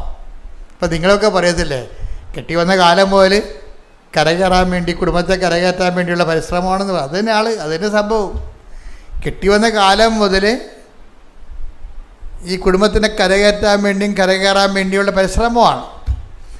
പക്ഷേ എന്താ പ്രശ്നം? നമ്മൾ ആദ്യമൊക്കെ വിചാരിക്കും നമുക്ക് ആങ്ങളെയുണ്ട്, വീട്ടുകാരുണ്ട്, നാട്ടുകാരുണ്ട്, പാർട്ടിക്കാരുണ്ടൊക്കെ വിചാരിച്ചാലും ചിലക്ക് ഇവരൊക്കെ പിടിച്ചാൽ നമ്മളെ പൊങ്ങത്തില്ല. അതാണ്. അപ്പോൾ അവരൊക്കെ വന്ന് ശ്രമിച്ച് പോയി. പക്ഷേ ഇയാൾക്കൊരു ഗുണമുള്ളതെന്ന് വെച്ചാൽ ഇയാളുള്ള കാര്യം ഡിക്ലെയർ ചെയ്യും. ഡിക്ലറേഷൻ ഒരു പ്രധാനപ്പെട്ട കാര്യമാണ്. അതിങ്ങനെ നാക്ക് കൊണ്ട് പറയണതല്ല. ഡിക്ലറേഷൻ എന്ന് വെച്ച് കഴിഞ്ഞാൽ എന്താ പറയുന്നത്? ഡിക്ലറേഷൻ എന്ന് വെച്ച് കഴിഞ്ഞാൽ പ്രഖ്യാപിക്കണം. അതെന്ന് വെച്ച് കഴിഞ്ഞാൽ നമ്മളുടെ അവസ്ഥ നമ്മൾ പറയണം. ഈ അവസ്ഥ നമ്മൾ പറയുമ്പോഴും നമ്മൾ വേറെ രഹസ്യ അവലംബങ്ങളുണ്ടാകും നമുക്ക്. ഇവിടെയാണ് പ്രാർത്ഥന ബ്ലോക്കാകുന്നത്. നമ്മൾ അവസ്ഥ പറയും, എന്നാലും പറയും സാരമില്ല, 5 സെൻറ്റ് സ്ഥലം അപ്പുറത്ത് കിടപ്പുണ്ട്, ഭാഗവടപ്പടി അപ്പം ചെയ്യുമ്പോൾ കിട്ടും, അനിയത്തിനെ കെട്ടിച്ച് വിട്ടാൽ അപ്പം ഭാഗവടപ്പടി ചെയ്യാമെന്ന് പറഞ്ഞിട്ടുണ്ട്. ഇത് രഹസ്യമായിട്ട് നിങ്ങളുടെ മനസ്സിൽ നിങ്ങളോട് പറയും. ഇത് വർക്കൗട്ട് ചെയ്യത്തില്ല. അതെപ്പോഴും നമ്മൾ ശ്രദ്ധിക്കണം. നമുക്ക് ഡിക്ലെയർ ചെയ്യാം, പക്ഷേ നിങ്ങൾ എവിടെയെങ്കിലും അവലംബം വെച്ചിട്ടുണ്ടെന്ന് നോക്കണം. ഇയാൾക്ക് ഒരു അവലംബം, സീറോ ഡിപ്പെൻഡൻസിയാണ് ഇയാൾക്കുള്ളത്. സീറോ ഡിപ്പെൻഡൻസി വെച്ചാൽ ഇയാൾക്ക് അങ്ങനെയൊന്നും ഇല്ല. FD ഇല്ല, പിന്നെ ആരും തരാനില്ല, ആരോടും ചോദിക്കാനുമില്ല. ആരോടും എല്ലാവരും ചോദിച്ച് ഇയാൾ രക്ഷപ്പെടുത്താൻ വേണ്ടി പരിശ്രമിച്ച് മടുത്ത ആൾക്കാരെ നാട്ടിലുള്ളൂ. പക്ഷേ ഇയാൾ എന്ത് ചെയ്യും? ഡിക്ലെയർ ചെയ്യുമ്പോൾ ആത്മാർത്ഥമായി ഡിക്ലെയർ ചെയ്യും. എന്താ പറയണത്? വെള്ളം ഇളകുമ്പോൾ എൻ്റെ ഗതികേടാണ്, വല്ലാത്ത ഗതികേടാണ് എനിക്ക്. എന്താണ്? വെള്ളം ഇളകുമ്പോൾ എന്നെ വെള്ളത്തിലേക്ക് ഇറക്കാൻ എനിക്ക് ആരുമില്ല. ഈ ആരുമില്ല എന്നുള്ള സംഭവം എനിക്ക് തോന്നുന്നത് എന്തുമാത്രം നേരത്തെ അതൊരു അവയർനെസ്സാണത്. നമ്മൾ ആരും ഇല്ലെന്ന് പറഞ്ഞാലും നമ്മൾ പറയും എന്തെങ്കിലും ഉണ്ടാകുമെന്നുള്ള ചിന്തയാണ് നമുക്ക് മനസ്സിലുള്ളത്. പക്ഷെ കാലാന്തരത്തിലെ അനുഭവം കൊണ്ട് മാത്രമേ നമ്മൾ ഈ അവയർനെസ് ഉണ്ടാകത്തുള്ളൂ. എന്താണ്? സത്യം പറഞ്ഞാൽ മനുഷ്യന് ആരുമില്ല. ഞാൻ എപ്പോഴും നിങ്ങളോട് പറയണം, എല്ലാവരും ഉള്ളപ്പോഴും ആരുമില്ലെന്നുള്ള ബോധത്തിലേക്ക് നമ്മൾ വരണം. എന്നുവെച്ചാൽ ഒരു കടുത്തൊരു വിഷയം വന്നാൽ നിങ്ങളുടെ കൂടെ 2-ാം ദിവസം 2-ാം ദിവസമൊക്കെ വീട്ടിൽ ഉറക്കം നിൽക്കാൻ ആശുപത്രി നിൽക്കാൻ ആളുണ്ടാവും. 3-ാം ദിവസം ആളും ഉണ്ടാകത്തില്ല. നമ്മൾ ആദ്യത്തെ ഒരു സംഭവമാണ് ഈ പറയണത്. നിങ്ങൾക്ക് എന്തെങ്കിലും സംഭവിച്ചു കഴിഞ്ഞാൽ 1-ാം ദിവസവും 2-ാം ദിവസവും നിങ്ങളവർക്കും നിങ്ങളുടെ മക്കളുണ്ടാവുന്നു. മക്കളില്ല, മക്കളെ വെച്ചാൽ അവർ ആദ്യമൊക്കെ നിൽക്കും, പിന്നെ അവർ മനസ്സിൽ വിചാരിക്കും തള്ളയിടങ്ങും ചത്ത നമ്മൾ സമാധാനത്തിൽ ഇത് പഠിക്കാൻ വരുന്നെന്ന്. അങ്ങനെ തമാശയല്ല. ജീവിതത്തിൻ്റെ കറക്റ്റ് ഹൈഡ്രാ ഫേസ് നിങ്ങൾ കണ്ടിട്ടില്ല. ഇവരെല്ലാം രഹസ്യമായിട്ട് മനസ്സിൽ വിചാരിക്കും മക്കളാണ് സ്വന്തം. നമ്മൾ എന്തുമാത്രം കഷ്ടപ്പെടുത്ത് വളർത്തിയ മക്കളായാലും ശരി, നിങ്ങൾ ഇങ്ങനെ അവരെ ജനിച്ച കാലം പോലും നിങ്ങൾ അവിടുത്തെ കഷ്ടപ്പാടെല്ലാം അവരെ പറഞ്ഞ് മനസ്സിലാക്കുന്നുണ്ട്. അത് എന്തിനാ കാര്യം? നിങ്ങൾ വീണ് പോയാൽ ഒരു താങ്ങ് കിട്ടാൻ വേണ്ടി അവർ നിങ്ങളെ ഒരുക്കുകയാണ്. ഇത് നിങ്ങൾ പറയേണ്ടതെന്നൊന്നുമല്ല ഞാൻ പറഞ്ഞത്. പറഞ്ഞിട്ടൊരു പ്രയോജനമില്ലെന്ന് ആദ്യം നിങ്ങൾ മനസ്സിലാക്കുകയും ചെയ്യണം. മനസ്സിലായല്ലേ? ഇത് പറയേണ്ടതെന്നും ഞാൻ പറയത്തില്ല. നിങ്ങളിങ്ങനെ തച്ചനിരുന്നാണ്ട് ഊണ് കഴിക്കാൻ നേരത്ത് അരി തിരിയാൻ നേരത്തെ ആദ്യ കാലം കെട്ടി വന്ന കാലം മുതൽ നിങ്ങളെ വീട്ടിൽ കയറ്റാഞ്ഞതും നിങ്ങൾ പായും തറയിലും എടുത്തുകൊണ്ട് അപ്പുറത്ത് പോയി കിടന്ന കാര്യം, ബന്ധുക്കളുടെ വീട്ടിൽ ഭർത്താവ് വെള്ളം അടിച്ച് വന്നിട്ട് നാത്തിൻ്റെ വീട്ടിൽ പോയി താമസക്കാർ അവിടെ ഉറക്കം വരുന്ന കാര്യം, ഇങ്ങനെയൊക്കെ കഥകളൊക്കെ നിങ്ങൾ പറയും. പക്ഷേ ഈ കടമാൻ പോത്തിനോട് ഇതൊക്കെ പറഞ്ഞിട്ട് കാര്യമില്ല. ഇതൊക്കെ കേട്ടോണ്ടിരിക്കുന്നല്ലാതെ ഒരു കഥയുമില്ല. അപ്പം നിങ്ങൾ ഇവരോട് ഇതൊക്കെ കഥകൾ പറയണതിൻ്റെ കാര്യം, എന്തെങ്കിലും ഇത്രയും ഞാൻ അനുഭവിച്ചു നിന്നെയൊക്കെ പോറ്റി വളർത്താൻ വേണ്ടി, എനിക്കെന്തെങ്കിലും സംഭവിച്ചാൽ നീ ഒരു താങ്ങുണ്ടാകണമെന്നാണ്. അപ്പം നീ ഡിപ്പെൻഡ് ചെയ്യണം. നിങ്ങൾ പറയുകയോ പറയാതിരിക്കുകയോ നിങ്ങൾ എന്ത് ചെയ്യുക, പക്ഷേ ഡിപ്പെൻഡ് ചെയ്യരുത്. ഇയാൾ നമ്മളെ രക്ഷപ്പെടുത്തുമോ എന്നുള്ള ചിന്തയിലേക്ക് വരരുത്. അത് മനസ്സിൽ പോലും ചിന്തിക്കരുത്. ചിന്തിച്ചു കഴിഞ്ഞാൽ ദൈവത്തിൽ നിങ്ങൾക്ക് പൂർണ്ണമായിട്ട് ഡിപ്പെൻഡ് ചെയ്യാൻ പറ്റത്തില്ല. ദൈവത്തിന് ഈ ഡാമേജ് ഡിപ്പെൻഡൻസി സ്വീകാര്യമല്ല. അത് എപ്പോഴും നമ്മൾ ശ്രദ്ധിക്കേണ്ട കാര്യമാണ്. എന്നുവെച്ചാൽ ഡാമേജ് ഡിപ്പെൻഡൻസി എന്ന് പറയണത് നിങ്ങൾ പകുതി ദൈവത്തിലും പകുതി പണത്തിലും FDയിലും പറമ്പിലും പൊന്നിലും വെക്കും, ഇല്ലേ? അതാണ് ഡാമേജ് ഡിപ്പെൻഡൻസി എന്ന് പറയുന്നത്. ഇതൊക്കെ ഉണ്ടായാലും ഇപ്പം ചില ആൾക്കാരുടെ മലയൊക്കെ പൊട്ടിച്ചു പോകുമ്പോൾ അവർ അയ്യോ ചേച്ചി അങ്ങനെ സംഭവിച്ചു പ്രാർത്ഥിക്കാൻ മാതാവിനോട് പറയാമെന്ന് പറയുമ്പോഴും ഞാൻ ഉള്ളിച്ചിരിക്കും, നല്ല കാര്യം പോയത് പൊട്ടണം. എന്താ കാര്യം വെച്ചാൽ ഈ സാധനം ഇട്ടുകൊണ്ട് ഇവിടെ വരേണ്ട വല്ല കാര്യമുണ്ട് അവർക്ക് ഈ ബഹളത്തിൻ്റെ ഇടയിൽ മാലയൊക്കെ ഇട്ടുകൊണ്ട് വരേണ്ട വല്ല കാര്യമുണ്ട് അവർക്ക്. അപ്പോൾ ഇവർ ഈ നാട്ടുകാരെ കാണിക്കാനും വീട്ടുകാരെ കാണിക്കാനും വേണ്ടി വീട്ടിലിരുന്നാലും വീട്ടുകാരെ അടിച്ചു മാറുന്ന കാരണമാണ് ഈ കിടത്തിയിട്ടുണ്ട് നടക്കുന്നത്. ഇതിൻ്റെ അകത്ത് ഇവർ ഡിപ്പെൻഡ് ചെയ്യുന്നുണ്ട്. ഏതെങ്കിലും കാര്യത്തിന് ഡിപ്പെൻഡ് ചെയ്യേണ്ടതെന്നല്ല സംഭവം. ഇത് നമുക്ക് ദൈവത്തിൻ്റെ ഉറപ്പ്, ദൈവം നമുക്കുള്ളതുപോലുള്ള ഉറപ്പ്, ഒരു പക്ഷേ അതിനേക്കാൾ വലിയ ഉറപ്പ് ഈ നിങ്ങളുടെ കയ്യിലുള്ള ഈ ആസ്തിക്ക് നിങ്ങൾ കൊടുക്കുന്നുണ്ട്. ഇത് നമ്മളെ ഒരു അപകടമാണ് ആധ്യാത്മിക മേഖലയിൽ. അതുകൊണ്ടാണ് ഈ സീറോ ഡിപ്പെൻഡൻസിയിലാണ് ഈ ഔഷധപിതാവിനും മാതാവിനും ദൈവം ട്രെയിൻ ചെയ്തിരിക്കുന്നത്. വീട്ടിൽ നിന്ന് വിളിച്ചുകൊണ്ട് പോകുന്നില്ലേ? അവരെ പ്രസവിക്കണ സമയമായപ്പോൾ വീട്ടിൽ നിന്ന് വിളിച്ചുകൊണ്ട് പോകുന്നില്ലേ? എന്ന് വെച്ച് കഴിഞ്ഞാൽ ഒരു പൂച്ചക്കുഞ്ഞിനെ പോലും ഇവർ ഡിപ്പെൻഡ് ചെയ്യരുത്. തൊഴുത്തില്ലെങ്കിൽ തൊഴുത്തിൽ ദൈവത്തിനെ മാത്രം ആശ്രയിക്കണം. അതെ എന്താണ് ഈ ഡാമേജ് ഡിപ്പെൻഡൻസി എന്ന് പറഞ്ഞാൽ എന്താണെന്ന് അറിയാമോ? എന്നുവെച്ചാൽ ച്യുതികൾ വന്നിട്ടുള്ള ആശ്രയങ്ങൾ, അവലംബങ്ങൾ. മർക്കോസ് 12:30. നീ നിന്റെ ദൈവമായ കർത്താവിനെ, നീ നിന്റെ ദൈവമായ കർത്താവിനെ പൂർണ്ണ ഹൃദയത്തോടും പൂർണ്ണ ആത്മാവോടും പൂർണ്ണ മനസ്സോടും പൂർണ്ണ ശക്തിയോടും കൂടെ സ്നേഹിക്കുക. ഇതിനകത്ത് വരുന്ന വിഷയം, ദൈവത്തിൻ്റെ നിലപാടിൽ പൂർണ്ണമായ സ്നേഹം മാത്രമേ സ്വീകാര്യമുള്ളൂ. അല്ലെങ്കിൽ നിങ്ങൾ ദൈവമായ കർത്താവിനെ സ്നേഹിക്കും, അതേ അളവിൽ മക്കളെയും പറമ്പും പൊന്നും ഒക്കെ നിങ്ങളെ ആശ്രയം വെക്കുകയാണെങ്കിൽ ഡാമേജ് ഡിപ്പെൻഡൻസി ഉണ്ടാവും. ഇയാളെ 38 കൊല്ലത്തിൽ, ഈ 38 കൊല്ലം ഇവിടെ കിടത്തി, ഈ കൊല്ലം പറയണ എന്താ കാര്യം? ഇയാൾക്ക് ആരോ ഉണ്ട് എന്ന് പറഞ്ഞുകൊണ്ട് ഇയാൾ ഇങ്ങനെ മനുഷ്യന്മാരെ ആശ്രയിച്ച് അനുഗ്രഹം ലാഗ് ചെയ്തെടുത്തതാണ്. എത്രയോ പേര് ഇയാളെ സഹായിക്കാൻ വേണ്ടി ആ വെള്ളത്തിൽ ചുവന്നുകൊണ്ട് ഇറക്കിയതാണെന്നറിയാമോ? ഈ ആൾക്കാരൊക്കെ ഉണ്ടായിട്ട് ഇയാൾ സുഖപ്പെട്ടില്ല. ദൈവത്തിന് വേണമെങ്കിൽ സുഖപ്പെടുത്താമായിരുന്നു. ഇവൾ ഡിപ്പെൻഡൻസി വന്ന പ്രശ്നമാണിത്. എനിക്ക് നാട്ടുകാരുണ്ട്, പാർട്ടിക്കാരുണ്ട്, പറമ്പുകാരുണ്ട്, വീട്ടുകാരുണ്ടെന്നൊക്കെ പറഞ്ഞുകൊണ്ട് ഇയാൾ ഓരോ മനസ്സിൽ ദൈവത്തിൻ്റെ സ്ഥാനത്ത് വേറെ ആൾക്കാരെയൊക്കെ വെച്ചിട്ടുണ്ട്. അതുകൊണ്ടാണ് ഈ 38 കൊല്ലം എടുത്തത്. അല്ലെങ്കിൽ യേശു വരുന്ന മുമ്പ് തന്നെ ആരെങ്കിലും പിടിച്ച് വെള്ളത്തിൽ മുക്കിവെച്ചെങ്കിൽ ഇയാൾ സുഖപ്പെട്ടേനെ. ഇയാൾ സുഖപ്പെടാത്തതിൻ്റെ കാരണം ദൈവത്തെക്കാൾ പ്രാധാന്യം ഇയാൾ ബന്ധുക്കൾക്ക്, സ്വന്തപ്പെട്ടവർക്കും, മക്കൾക്കും എല്ലാം കൊടുത്തിട്ട് ഡിപ്പെൻഡൻസി വെച്ച്. ദൈവത്തിനുള്ള കുഴപ്പമെന്ന് വെച്ച് കഴിഞ്ഞാൽ അങ്ങനെയുള്ള ഡിപ്പെൻഡൻസി സ്വീകാര്യമല്ല. അതാണ് പൂർണ്ണ ഹൃദയം എന്ന് പറഞ്ഞതിൻ്റെ കാരണം. ഇത് നിസ്സാരമല്ല, ശരിക്കും പറഞ്ഞാൽ സീരിയമാണ്. അത് ഈശോ വന്ന കാലത്ത് ഈശോ ഇതിനെ വളരെ സീരിയസ് ആയിട്ടാണ് എടുത്തത്. ഈ ഒരു കൽപ്പന എന്താണ്? എന്നേക്കാളുപരി ഭർത്താവിനെ സ്നേഹിക്കുന്നവൻ ഐ ഡോണ്ട് വാണ്ട് എന്ന് പറഞ്ഞു. അത്രയും ക്ലിയറായിട്ടാണ് പറഞ്ഞിരിക്കുന്നത്. പള്ളിയച്ചന്മാരിതൊന്നും പറയത്തില്ല. എന്താ കാര്യം? ക്രിസ്തുവിനെ കൊടുക്കുകയല്ല പലരുടെ ഉദ്ദേശം.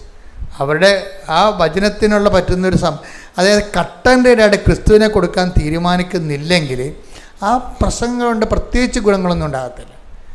കുറച്ച് ഇളക്കങ്ങളൊക്കെ ആൾക്കാരുണ്ടാക്കാവുന്നല്ലാതെ നിങ്ങളുടെ ജീവിതത്തിൽ 0 ഗ്രോത്ത് ആയിരിക്കും വരാൻ പോണത്. നിങ്ങൾ ക്രിസ്തുവിനെയാണ് അന്വേഷിക്കണമെന്നുണ്ടെങ്കിൽ ഡിപ്പെൻഡൻസി ഇതെല്ലാം മാറ്റിയിട്ട്, അത് ഈ മനുഷ്യൻ അവസാനം പറയുന്നുണ്ട്.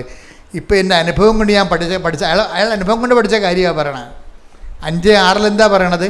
വെള്ളം ഇളകുമ്പോൾ എന്നെ വെള്ളത്തിലേക്ക് ഇറക്കാൻ ഇനി ആരുമില്ല എന്നുള്ളതാണ്.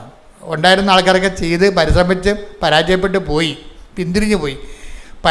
ഇയാളെ രക്ഷപ്പെടുത്താൻ വേണ്ടി പരിശ്രമിച്ച് പരാജയപ്പെട്ട് പിന്തിരിഞ്ഞു പോയി ആൾക്കാരെല്ലാം. ഇനി ആരും ഇല്ലെന്നാണ് പറയണത്. അപ്പം അങ്ങനെ ഒരു 0യിൽ അയാളെ കൊണ്ടുവരുമ്പോൾ അയാളത് ഡിക്ലെയർ ചെയ്യും. ഈ പെൺപിള്ളേരുടെ ഗുണം ഇതാണ്. അവർ ഡിക്ലെയർ ചെയ്ത് എന്താണ് പറയുന്നത്? അവർ പറഞ്ഞത് അതായത് അവർ അമ്മയോട് പറയുന്നുണ്ട്, അമ്മേ സത്യം പറഞ്ഞ അമ്മയല്ലാതെ ഞങ്ങൾക്ക് ആരുമില്ല ഡിക്ലെയർ ചെയ്യും. അതായത് നമ്മൾ അമ്മയുണ്ട്, ഉടമ്പടി എടുത്തിട്ടുണ്ട്, യുദാസൻ്റെ പുണ്യാൻ്റെ അടുത്ത് നൊവേനം നേർന്നിട്ടുണ്ട്. അയ്യോ എന്തുമാത്രം മനുഷ്യരാണെന്നറിയാമോ? അങ്ങനെ കറങ്ങി നടക്കും. കർക്കസ്ഥാനിയുടെ ഭയങ്കര ബഹളമല്ലേ ഇവിടെ. അവരെല്ലായിടത്തും കൊണ്ട് അക്കൗണ്ട് തുറക്കും. അത് എവിടെ നിന്നാണ്? ഇനി കൃപാസത്തിൽ നിന്നാണ്, ഇനി യുദാസൻ്റെക്ക് എന്നാണ്, അന്തോരിതരയ്ക്ക് എന്നാണ് അറിയത്തില്ല. അതുകൊണ്ട് എല്ലായിടത്തും കൊണ്ട് പണി വയ്ക്കും. എല്ലാവരും കൊണ്ട് നിങ്ങളുടെ പണിയുകയും ചെയ്യും. എന്താ കാര്യം? നിങ്ങൾ ഫ്രോഡാണെന്ന് ദൈവത്തിന് അറിയാം. അതാ വിഷയം. അത് യുദാസായാലും അന്തോരിസായാലും അമ്മയായാലും കാര്യം കണ്ടാൽ മതി എന്നുള്ള രീതിയിലാണ് നിങ്ങൾ നിലപാട് പ്രഗ്മാറ്റിക്കാണ്. അതുകൊണ്ട് നിങ്ങൾ ഫ്രോഡാണെന്ന് ദൈവം ബ്രാൻഡഡ് ആയിട്ടുണ്ട്. അപ്പം അതുകൊണ്ട് എപ്പോഴും ദൈവത്തിരുസന്നിധി വരുമ്പോൾ വളരെ സൂക്ഷിച്ച് വേണം കൈകാര്യം ചെയ്യാൻ. പ്രത്യേകിച്ച് ഉടമ്പടി നിങ്ങൾ ചെയ്തിരിക്കുന്നത് ഒരു പ്രാർത്ഥനയല്ല, ബയലാട്ടറൽ എഗ്രിമെൻ്റാണ്, ദൈവമായിട്ടൊരു എഗ്രിമെൻ്റാണ്. ഈ എഗ്രിമെൻറ്റിൽ ആദ്യമേ ഡിക്ലെയർ ചെയ്യേണ്ടത് എന്താണ്? ഞാൻ ഉടമ്പടി എടുക്കേണ്ട കാരണം എന്ന് വെച്ച് കഴിഞ്ഞാൽ ഉടമ്പടിയിലോട്ട് എനിക്ക് പ്രാർത്ഥിച്ചാൽ മതിയായിരുന്നു. പലരോടും പ്രാർത്ഥിക്കുന്ന വ്യക്തിയാണെങ്കിൽ നിനക്ക് പ്രാർത്ഥിച്ചാൽ മതി. പക്ഷെ ഉടമ്പടി വരുമ്പോൾ ബാക്കിയെല്ലാം കട്ട് ചെയ്ത് കളയണം നീ. എന്താ കാര്യം? ഉടമ്പടി അവസാനത്തെ ഓപ്ഷനാണ്. എല്ലാം പരാജയപ്പെട്ട് കഴിയുമ്പോൾ, സമയവും നിന്നെ തോൽപ്പിച്ച് കഴിയുമ്പോഴാണ് നീ ഉടമ്പടിയിലോട്ട് വരണത്. ഉടമ്പടിയിലോട്ട് വന്നിട്ടും നിങ്ങൾ അവിടെ ഇവിടെയും പോയി ഡിപ്പെൻഡൻസി കാണിച്ചു കഴിഞ്ഞാൽ സ്വാഭാവികമായിട്ട് ഉടമ്പടിക്ക് അവിശ്വസ്തത വരും. നിങ്ങൾക്ക് വരികയൊക്കെ ചെയ്യാം, അതൊന്നും പ്രശ്നമൊന്നുമില്ല. കാര്യം എന്താ പ്രശ്നം വെച്ചാൽ നമ്മൾ ശ്രദ്ധിക്കേണ്ടത് ഉടമ്പടി ഒരു നിവൃത്തിയില്ലാത്തവൻ്റെ അവസാനത്തെ ഓപ്ഷനായിട്ടാണ് ഇത് വരണത്. അപ്പോൾ അങ്ങനെ വരുമ്പോൾ അങ്ങനെ ആയിരിക്കണം. എന്നിട്ട് നിങ്ങൾ ഇതിൻ്റെ അകത്ത് ഫുൾ എനർജി ഇൻവെസ്റ്റ് ചെയ്യണം. രോഗികളെ പോയി കാണുകയും അതുപോലെ തന്നെ വെയിലും മഴയും കൊണ്ടിട്ട് കർത്താവിൻ്റെ വചനങ്ങൾ പ്രഘോഷിക്കുകയും ജനങ്ങൾക്ക് കർത്താവിനെ കൈമാറുകയും ചെയ്തുകൊണ്ട് ജീവിത വ്രതമായിട്ടെടുക്കുക. അല്ലാതെ രാവിലെ എഴുന്നേറ്റൊരു പ്രാർത്ഥന, നീലത്തിരി കത്തിച്ച് രാത്രി ഒരു പ്രാർത്ഥന, അത്രയേ ഉള്ളൂ. അതല്ല, കുറച്ച് പ്രേക്ഷിത പ്രവർത്തനം ചെയ്യണം. അതൊക്കെ ഞാൻ ഇപ്പം ചെയ്യുന്നു, ഇപ്പം തന്നെ ഞാൻ ചെയ്യുന്നുണ്ടെന്ന് പറയും. ഇവരൊന്നും കേൾക്കത്തില്ല. എന്നിട്ട് ഇവരെന്തെങ്കിലും കാട്ടിക്കൂട്ടി ഒപ്പിച്ചുണ്ടാക്കും ഉടമ്പടിയിൽ. അതുകൊണ്ടാണ് ദൈവം നിങ്ങളെ സ്വീകരിക്കാത്തത്. ഇയാൾ ഡിക്ലെയർ ചെയ്യണം, കണ്ടില്ലേ? വെള്ളം ഇളകുമ്പോൾ എന്നെ കുളത്തിലേക്ക് ഇറക്കാൻ ഇനി ആരും അവശേഷിക്കണില്ല, ഞാൻ പൂർണ്ണമായി അങ്ങേ അവലംബം ചെയ്യുന്നു. അത് തന്നെയാണ് കുഞ്ഞുങ്ങൾ പറയണത്. കുഞ്ഞുങ്ങളെന്താ പറയണത്? ഇനി അമ്മയേ ഉള്ളൂ. എന്നിട്ട് അമ്മയോട് ഇവർ പറയണ ഒരു എഗ്രിമെൻറ്റിലെത്തും. ഉടമ്പടിക്കുള്ള ഗുണമെന്ന് പറയണത് ദൈവവും നമ്മളും തമ്മിൽ സംസാരിക്കാൻ പറ്റുന്നു എന്നുള്ളതാണ് എൻ്റെ ഉടമ്പടിയല്ലേ. അപ്പോൾ ഏറ്റവും വലിയ അനുഗ്രഹം എന്ന് പറയണത് ഈ പിള്ളേർ ദൈവവുമായിട്ട് കമ്മ്യൂണിക്കബിൾ ആവും ദൈവം. എന്ന് പറയാം, അമ്മേ ഞങ്ങളുടെ അവസ്ഥ ഞങ്ങൾ തോറ്റപ്പെട്ട ആൾക്കാരെ പോലെ തോക്കുയർത്തി ഞങ്ങൾ സമ്മതിച്ചു, ഇനി അമ്മയാണ് ഞങ്ങളൊക്കെ രക്ഷിക്കേണ്ടത്. ഞങ്ങളൊരു കാര്യം ചെയ്യും. എന്താണ്? ഞങ്ങൾ 20 ക്വസ്റ്റ്യൻ ഉണ്ടാക്കും ഓരോ വിഷയത്തിനും. അമ്മയോട്ടൊരു ഡിസ്കസ് ചെയ്യണേ. ഞങ്ങൾ ഓരോ വിഷയത്തിനും 20 ക്വസ്റ്റ്യൻ വെച്ചുണ്ടാക്കും. ഞങ്ങൾക്ക് ജയിക്കാനുള്ള മാർക്ക് അമ്മ അതിലും തന്നെ ചോദിപ്പിക്കണം. അതാണ് വിഷയം. അപ്പോൾ വിശ്വാസം കുറച്ചുകൂടി കടുത്ത രീതിയിലേക്കാണ് കൊണ്ടുവരുന്നത് പിള്ളേർ. എന്താ കാര്യം? ഞങ്ങൾ ഓരോ സബ്ജക്റ്റിനും 20 ക്വസ്റ്റ്യൻ വെച്ച് ഉണ്ടാക്കും. എന്നിട്ട് ഞങ്ങൾ ജയിക്കാനുള്ള മാർക്ക് ഞങ്ങൾ അമ്മയ്ക്ക് തന്നിട്ടുള്ള ചോദ്യത്തിൽ തന്നെ ചോദിപ്പിക്കണം. അതാണ് വിഷയം. അമ്മ കെട്ടിലാണ് പരിപാടിയാണ്.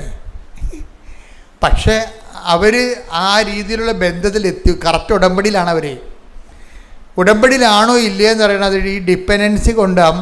അമ്മയോട് ഇങ്ങനെ സംസാരിക്കാൻ, സ്വതന്ത്രമായിട്ട് സംസാരിക്കാൻ പറ്റുന്നൊരു ബന്ധം ഉണ്ടാക്കുക നമ്മളാദ്യം. കുട്ടികൾ അതാണ് ചെയ്തത്, ആ ബന്ധം ഉണ്ടാക്കിയെടുത്ത് അവർക്കിപ്പോൾ അമ്മയോട് സംസാരിക്കാൻ പറ്റുന്ന രീതിയിലാക്കിയിട്ടുണ്ട്. അപ്പം അതുകൊണ്ട് ഇനി ഈ രീതിയിലാണ് അവർ പ്രാർത്ഥിച്ച് മുന്നോട്ട് പോണത്. അവരെന്നിട്ട് ഉപ്പില്ലേ, ഉപ്പ് കൊണ്ടുവന്ന് എന്നിട്ട് ഇവരുടെ കൂടെയുള്ളൊരു 10-23 പെന്തക്കോസ്ത പിള്ളേരുണ്ട് ആന്ധ്രയിൽ. ഇപ്പം നഴ്സുമാരെ പഠിക്കണം. അവരോട് ഇന്നും പറഞ്ഞ് ഞങ്ങൾക്ക് ഞങ്ങൾ 20 ക്വസ്റ്റ്യൻ ഉണ്ടാക്കിയിട്ടുണ്ട്, ഞങ്ങൾ അമ്മയോട് പറഞ്ഞിട്ടുണ്ട്, അമ്മ ഇതിൽ നിന്ന് മാത്രമേ ഞങ്ങളോട് ചോദിപ്പിക്കത്തുള്ളതെന്നും പറഞ്ഞിട്ടുണ്ട്. അപ്പം നിങ്ങളൊന്ന് നോക്കി വെച്ചേക്കാൻ പറയും. ആ പെന്തക്കോസ്തുകാർക്കുണ്ട്, അമ്മ ഉണ്ട്, അവർക്ക് അറിയത്തില്ലല്ലേ. ഈ സഭകളിലുണ്ടാകുന്ന വലിയ സഭകൾക്ക് അവർക്ക് അറിയാൻ പാലാത്ത കാര്യത്തിൽ അനുഭവമില്ലെന്നാണ് അവർ പറയണത്. എല്ലാവരും കുറ്റം പറയാൻ പറ്റത്തില്ല, അവർക്ക് അനുഭവമില്ലല്ലോ. ഈ ലൂർദായാലും ഫാത്തിമായാലും ഇതെല്ലാം പ്രത്യക്ഷപ്പെട്ടിരിക്കണം, എല്ലാം കത്തോലിക്ക മേഖലകളിലാണ് ഇതെല്ലാം അമ്മയുടെ പ്രത്യക്ഷീകരണം മുഴുവനും നടന്നിരിക്കണം. മുഴുവനും അംഗീകരിക്കണില്ല എന്നുണ്ടെങ്കിൽ അനുഭവം ഉണ്ടാകത്തില്ല ഒരിക്കലും. അപ്പോൾ അവർക്ക് ആ അനുഭവമില്ല. അവർ പറയും ഞങ്ങൾക്ക് ഇതിനെക്കുറിച്ച് വിശ്വാസമില്ലെന്ന് പറയും. അപ്പോൾ അവർ പറയും ഞങ്ങൾ അമ്മ തന്ന ചോദ്യങ്ങളൊന്നും നോക്കി വെക്കുക, അതിന് പ്രശ്നമൊന്നുമില്ലല്ലോ. അപ്പോൾ അവർക്ക് ആ ചോദ്യം കൊടുത്ത് പറയും.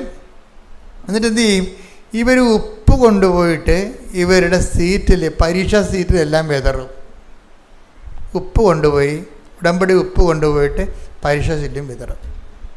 എൻ്റെ വിഷയം നിങ്ങളവർക്ക് കൃപാസനത്തിൽ ചെല്ലുമ്പോൾ ചിലർ പറയും ഒരു വിവരമില്ലാത്തമാർ കുറേ ആൾക്കാരുണ്ട്, അവർ അവിടെയൊക്കെ അന്ധവിശ്വാസം പഠിപ്പിക്കണം എന്ന് പറയും. അച്ഛന്മാരും കന്യാസിമാരും പറഞ്ഞിട്ടുണ്ട്. ഇത് എന്നോട് ഒന്ന് ചോദിച്ചിട്ടുണ്ട്, അച്ഛാ ഇങ്ങനെയൊക്കെ ഉപ്പ് വെഞ്ചരിച്ച് കൊടുക്കുക. ഞാൻ നിങ്ങളൊന്ന് ക്ലാസ്സിൽ പങ്കെടുത്തിട്ട് ഉടമ്പടിയിൽ എടുത്തിട്ട് സംസാരിക്കാൻ പറയും. അല്ലാതെ ഇവരോട് സംസാരിക്കേണ്ട കാര്യം എനിക്കെന്താ? നിങ്ങൾ ആദ്യം ഉടമ്പടി എടുത്തിട്ട് ഉടമ്പടി പ്രോസസ്സിലൂടെ വാ, അപ്പം നിങ്ങൾക്ക് മനസ്സിലാവും എന്താ സംഭവം. ഉടമ്പടി വർക്ക് ചെയ്യണത് not by merit but by ഗ്രേസിലാണ്. രക്ഷയുടെ ദൈവം കൊടുത്തിരിക്കുന്ന ഫോർമുല അതാണ്. എന്താണ്? നിൻ്റെ കഴിവ് കൊണ്ടല്ല, എൻ്റെ കൃപ കൊണ്ടാണെന്ന്. അപ്പോൾ ഇത് നമ്മൾ പ്രഖ്യാപിക്കണം. എന്താ കാര്യം? ഇത് നോട്ട് ബൈ എൻ്റെ മെറിറ്റല്ല, നിൻ്റെ കഴിവ്. അതാണ് ഈ ഉപ്പ് വെഞ്ചരിച്ച് നമ്മൾ കൊണ്ടുപോയി. ഇപ്പോൾ ആ ഉപ്പ് വെഞ്ചരിച്ച് കൊണ്ടുപോയി അത് എന്ത് ഇടണം? അതിൻ്റെ ഒരു തരി ഇട്ടാൽ മതി. ആ കസേര ഇട്ടിട്ടാണ് ഇവർ ഇരിക്കണത്. എന്താ കാര്യം? ഞങ്ങൾ കൈപൊക്കി തോറ്റ് സമ്മതിക്കുന്നു, എൻ്റെ പഠനം കൊണ്ടോ എൻ്റെ ഓർമ്മശക്തി കൊണ്ടോ ഒന്നുമല്ല, അമ്മ ദൈവത്തിൻ്റെ കൃപ കൊണ്ടാണ് ഞങ്ങൾ ജയിക്കാൻ പോകണമെന്ന് പ്രഖ്യാപിക്കാൻ. അതിൻ്റെ ഒരു പ്രഖ്യാപനമാണ് ഈ ഉപ്പിടണത്. അല്ല ഉപ്പും പഞ്ചാരയും വെഞ്ചരിച്ച് കൊടുത്തു കഴിഞ്ഞാൽ നമ്മൾ ആൾക്കാർക്ക് ഭക്ഷണത്തിന് രുചി കൂട്ടണ പോലുള്ള ഏർപ്പാടല്ല ഇത്. ഇത് മീഡിയമാണ്. എന്തിനാണ്? Not by merit but by grace എന്നുള്ള വചനത്തിൻ്റെ പ്രഖ്യാപനമാണിത്. അത് അറിയണം നിങ്ങൾ. അതുകൊണ്ടാണ് വിശ്വാസ പ്രമാണം ചൊല്ലിയിട്ട് വേണം ഇത് ചെയ്യാനെന്ന് പറയുന്നതിൻ്റെ കാര്യം എന്താണ്? ഇനി മെറിറ്റ് എനിക്കില്ല, ഇനി നിൻ്റെ ഗ്രേസിൽ മാത്രമേ ഇത് വർക്കൗട്ട് ചെയ്യത്തുള്ളൂ. ആദ്യ ദിവസം തന്നെ ഇവർ ആദ്യത്തെ പരീക്ഷയ്ക്ക് തന്നെ ജയിക്കാനുള്ള മാർക്ക് അമ്മ 20-ൽ 11 ഇവർ പഠിച്ചത് തന്നെ അമ്മ ചോദിപ്പിച്ച്. അതോടുകൂടി കണക്ക് കൂട്ടി നോക്കിയപ്പോൾ ജയിക്കാനും ബാക്കി മാർക്ക് അതിൽ നിന്ന് കിട്ടി. അപ്പോൾ തന്നെ പെന്തക്കോസ്തുകാർ കളയി. പിറ്റേ ദിവസം ഇവരോട് വന്ന് ചോദിച്ചു വാങ്ങിച്ചുകൊണ്ട് പോയി. കാശുരൂപം തൊട്ട് പ്രാർത്ഥിക്കുകയും പിന്നെ എന്താണ് കുപ്പും മേടിച്ചുകൊണ്ട് പോയി. ഈ പരീക്ഷകൾക്കെല്ലാം 11 ചോദ്യം വെച്ച് അമ്മ ചോദിപ്പിച്ചിട്ടുണ്ട്. ഈ പരീക്ഷകൾക്കെല്ലാം ഇവിടെ വിജയശതമാനം എത്രയാണെന്ന് അറിയാമോ? ഇവർ അമ്മയോട് പറഞ്ഞത് ആവറേജ് മതി കേട്ടോ. അപ്പനും അമ്മയുടെ മുഖത്ത് നോക്കണമല്ല. ഇനി അതുങ്ങളെ കൊണ്ട് വേല എടുപ്പ് നടുപിടിച്ച് ഇനിയും പഠിക്കാനുള്ള കാശ് വീട്ടിലില്ല. അതുകൊണ്ട് ആവറേജ് തന്നാൽ മതി, ഞങ്ങൾക്ക് എങ്ങനെയെങ്കിലും ഞങ്ങൾ തല്ലിപ്പിടിച്ചോളാം. അമ്മ എല്ലാത്തിനും 45 മക്കൾക്കും ഡിസ്റ്റിങ്ഷൻ കൊടുത്തിരിക്കുകയാണ്. ഇതാണ് ഉടമ്പടി നോട്ട് ബൈ മെറിറ്റ് എന്ന് പറയണത്. നോട്ട് ബൈ മെറിറ്റ് എന്ന് വെച്ചാൽ ബട്ട് ബൈ ഗ്രേസ്. ഇതിൻ്റെ അകത്ത് വരുന്ന വർക്കിംഗ് എന്ന് പറയണത് ഇവർ ഓരോരോ സമയത്തും ഈ നോട്ട് ബൈ മെറിറ്റ് പ്രഖ്യാപിക്കണം. നമ്മുടെ ജീവിതത്തിൽ വരുന്ന ഓരോ സാഹചര്യം മെറിറ്റ് ലൂസ് ചെയ്തത് പ്രഖ്യാപിക്കാനുള്ളതാണ്. ഇടയ്ക്ക് എന്തെങ്കിലുമൊക്കെ സംഭവിക്കുകയെ ബാങ്ക് മാനേജർ ലോൺ തരാമെന്ന് പറഞ്ഞ ആൾ പറയും, അയ്യോ പിറ്റേ ദിവസം ചിലവ് പറയും, സാറേ ബാങ്ക് ലോൺ അനുവദിച്ച് സാറ് തരാമെന്ന് പറഞ്ഞായിരുന്നു. ഏത് സാറ്? ഇന്ന സാറ്. അശോകനാ. അശോകൻ സ്ഥലം മാറിപ്പോയി എന്ന് പറയും. അയ്യോ എന്ന് പറയും. അതെന്താണ്? മെറിറ്റ് പോയതാണ് സംഭവം. നോട്ട് ബൈ മെറിറ്റിലാണ് ഇത് വർക്ക് ചെയ്യാൻ പോകണമെന്നാണ്. നീ അശോകനും തമ്മിലുള്ള ധാരണപ്പുറത്തല്ല നടക്കാൻ പോണത്, എൻ്റെ നേരിട്ടുള്ള ഇടപെടലാണ് ഇത് നടക്കാൻ പോണെന്നതിൻ്റെ അർത്ഥം. അതാണ് എൻ്റെ അത് വരുന്ന വിഷയം. എന്ന് വെച്ചാൽ ഇങ്ങനെ ഉടമ്പടി കാലത്ത് അടിക്കടി ചില സമയത്ത് ചില ട്രബിൾ സംഭവിക്കും. അതിൻ്റെ ഉദ്ദേശം എന്ന് പറയുന്നത് നിൻ്റെ മെറിറ്റ് ഡാമേജ് ആക്കി കളയുകയാണ്. എന്താണ്? നോട്ട് ബൈ മെറിറ്റിൽ അത് വർക്ക് ചെയ്യാൻ പോണത് നിൻ്റെ യോഗ്യത കൊണ്ടല്ല, ദൈവത്തിൻ്റെ കൃപ കൊണ്ടാണ്. ഇനി സത്യസന്ധമായിട്ട് കമ്മ്യൂണിക്കേഷൻ ഫ്രണ്ട്ലി ആയിക്കഴിഞ്ഞാൽ, ഉടമ്പടിയിലൊരു കമ്മ്യൂണിക്കേഷൻ ഫ്രണ്ട്ലി എന്ന് പറഞ്ഞൊരു ലെവലുണ്ട്. എന്ന് വെച്ചാൽ നിങ്ങൾ സത്യസന്ധരാണ്, വിശ്വസ്തരാണെന്ന് ദൈവത്തിന് മനസ്സിലാകുന്നിടത്ത് വെച്ച് ഉടമ്പടി കമ്മ്യൂണിക്കേഷൻ ഫ്രണ്ട്ലി ആവും. നമുക്ക് ദൈവത്തോട് നേരിട്ട് സംസാരിക്കാം നമുക്ക്. അതായത് പക്ഷേ നമ്മൾ സത്യസന്ധരായിരിക്കണം, ഉടായ്പ കാണിക്കരുത്. ഉടമ്പടിയുടെ 90 ദിവസം വരെ കാര്യം കാണാൻ വേണ്ടി കഴുതക്കാരും പിടിക്കണ പോലെ കഴുതക്ക് പോലെ അമ്മയുടെ കാരക്കാരും പിടിച്ചുകൊണ്ട് നടക്കുന്ന പാർട്ടിയാണ് പകുതി മുക്കാലും ഉള്ളത്. അതുകൊണ്ടാണ് ഈ പണി കിട്ടുന്നത്. അങ്ങനെയല്ല, നിങ്ങൾ സത്യസന്ധമായിട്ട് ദൈവത്തെ അന്വേഷിക്കുന്നതിൻ്റെ ഭാഗമായിട്ട് ജീവിതം set covenant, life set the covenant. ഇത് ഞാൻ കവനൻ്റൽ ലൈഫാണ് ഫോളോ ചെയ്യണത്. ആ ദൈവത്തിൻ്റെ ആനുകൂല്യം എന്ന് പറഞ്ഞതിനേക്കാളുപരി ദൈവം തന്നെയാണ് ഇതിൻ്റെ ആനുകൂല്യമെന്ന് ഞാൻ പ്രഖ്യാപിക്കണമെന്ന് പറഞ്ഞുകൊണ്ട് നമ്മൾ തോറ്റാലും ജയിച്ചാലും ഒരേ നിലവാരത്തിൽ ദൈവത്തിൻ്റെ കൂടെ വിശ്വസ്തയോടെ മുന്നേറും. ഈ മുന്നേറ്റം അങ്ങോട്ട് മുന്നോട്ട് പോകുമ്പോൾ കുറച്ച് കഴിയുമ്പോൾ ദൈവത്തിന് നമ്മളെ വിശ്വാസമാകും. അപ്പോഴാണ് കമ്മ്യൂണിക്കേഷൻ ഫ്രണ്ട്ലി ആകണത്. കമ്മ്യൂണിക്കേഷൻ നമ്മൾ പറയണതെല്ലാം ദൈവം കേൾക്കും, ദൈവം പറയണത് നമ്മൾ കേൾക്കും. ഇങ്ങനെ അങ്ങ് പോകുന്ന ലൈഫുണ്ട്. ഇപ്പോൾ ഈ ദിവസങ്ങളിൽ വേറൊരു സാക്ഷ്യം ഉണ്ടായി. പുണ്യ എന്നും പറഞ്ഞ കുഞ്ഞ്, നിങ്ങൾ സാക്ഷ്യം കേട്ട് കാണാം, ഇട്ടിട്ടുണ്ട്, അപ്പിയരുണ്ട്. അതായത് ഇവർ IAM-ൽ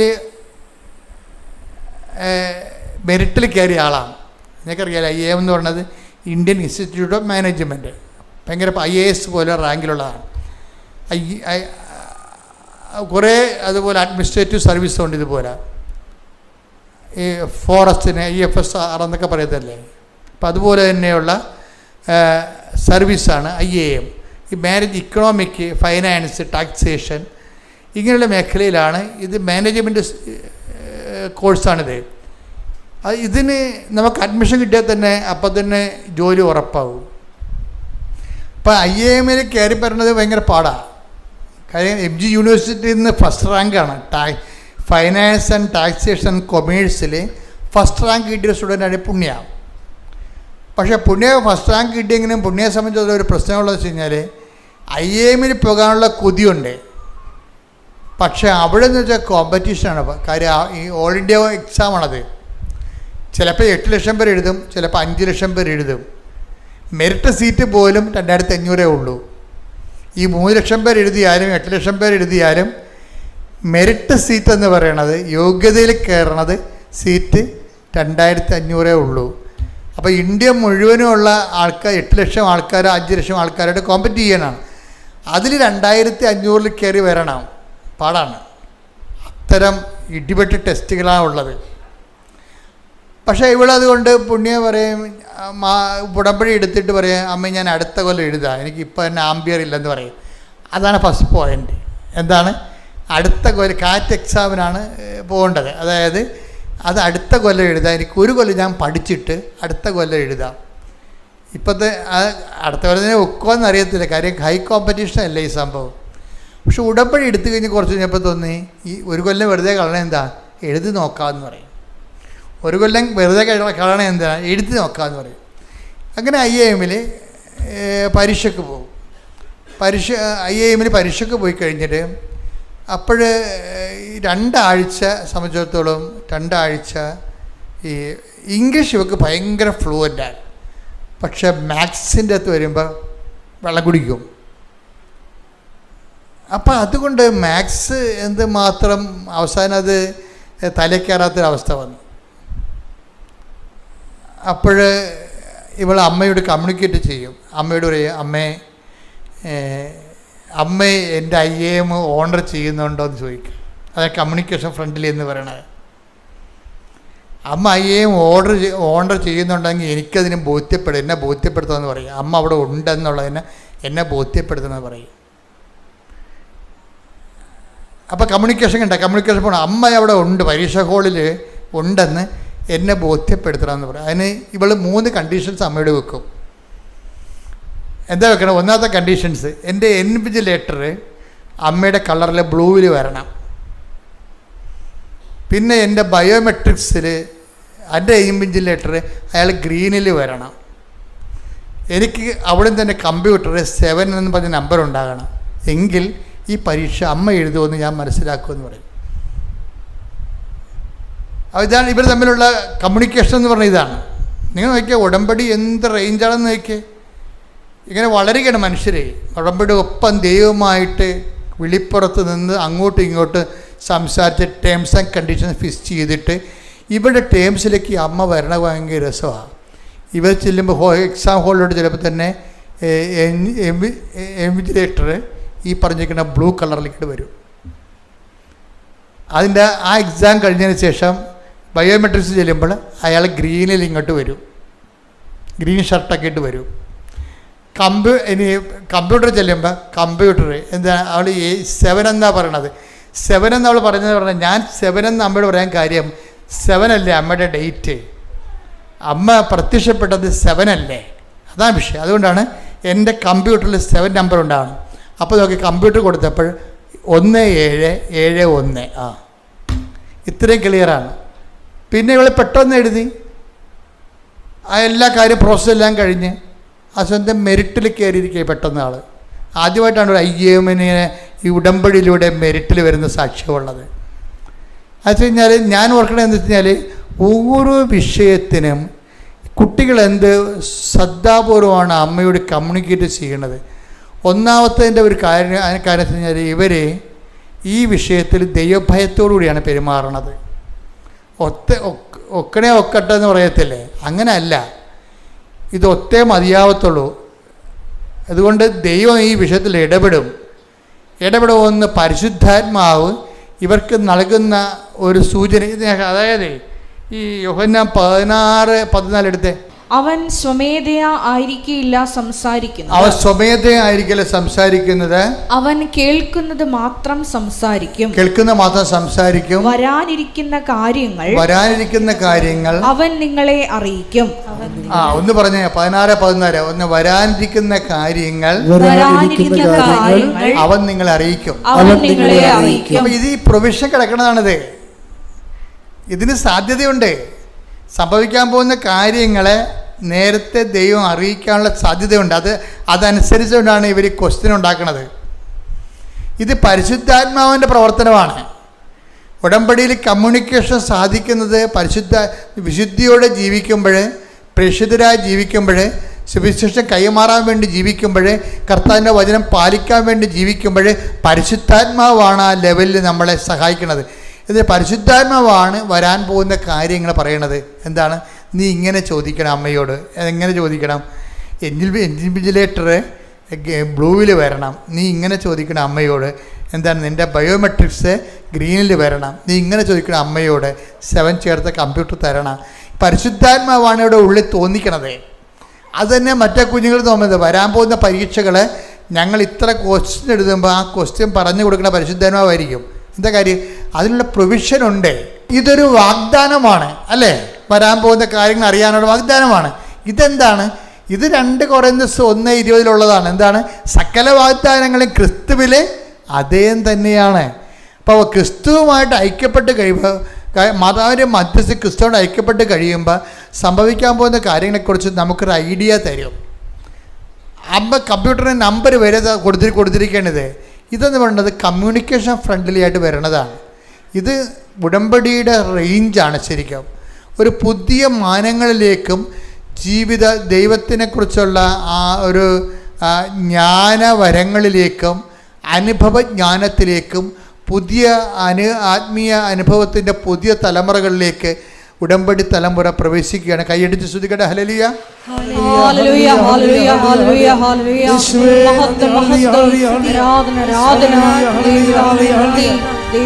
നമ്മുടെ മാധ്യസ്ഥത്തിൽ ഉച്ചമുള്ളങ്കാല് വരെ കർത്താവിൻ്റെ രക്തം പടരട്ടെ. എല്ലാ കോശങ്ങളിലും പെശുകളിലും കർത്താവിൻ്റെ രക്തം പടരട്ടെ.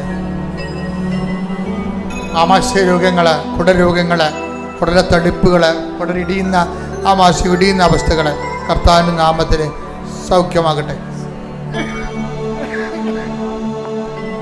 അസ്ഥിക്കുഴകൾ, അസ്ഥിസന്ധികൾ,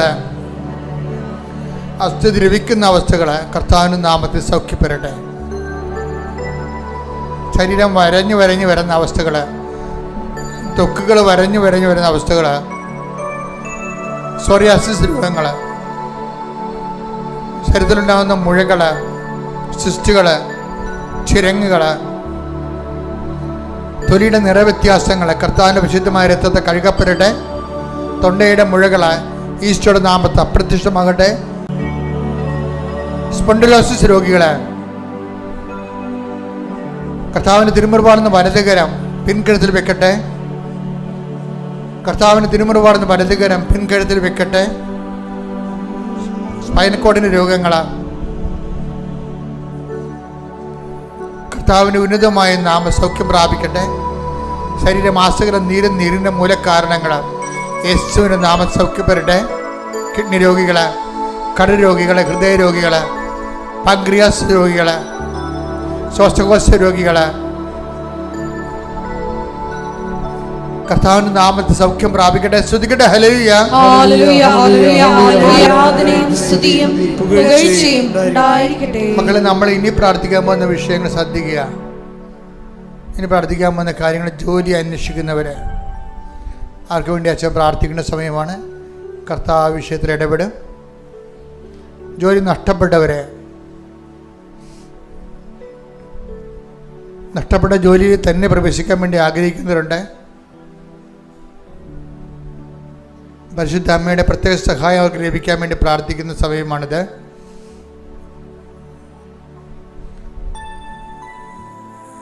വീട് ഇല്ലാത്തവര്, വീട് സ്ഥലവുമില്ലാത്തവർ,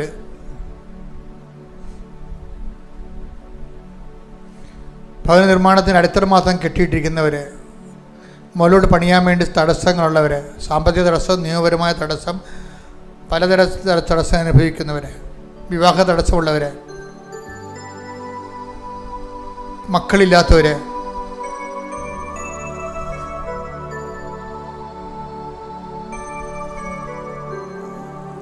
ജോലി സമ്പാദിക്കുന്നതിന് വേണ്ടി ഓരോരോ രേഖകൾ അന്വേഷിച്ചുകൊണ്ട് നടക്കുന്നവർ, പല എതിർപ്പുകളും തടസ്സങ്ങളും ഓഫീസ് ലെവലിൽ നിന്നും ഉന്നത സ്ഥാനങ്ങളിൽ നിന്നും അനുഭവിക്കുന്നവർ,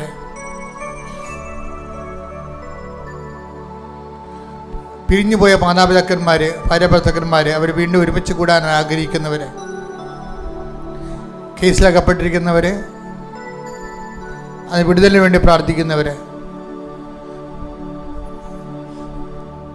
വാഗോടമ്പടികൾ, കോടതി കേസുകൾ, സ്ഥലസംബന്ധമായ കേസുകൾ, അതിലെല്ലാം വല്ലാത്ത വൈഷമ്യങ്ങൾ അനുഭവിക്കുന്നവർ, ജീവിതം ഇങ്ങനെ നിന്ന് നിലച്ചു പോയവർ, ഇനി ഒരടി മുന്നോട്ട് പോകാൻ പറ്റാത്ത രീതിയിൽ ജീവിതം നിലച്ചു പോയവർ, മനസ്സുകൊണ്ട് നിലച്ചു പോയവർ,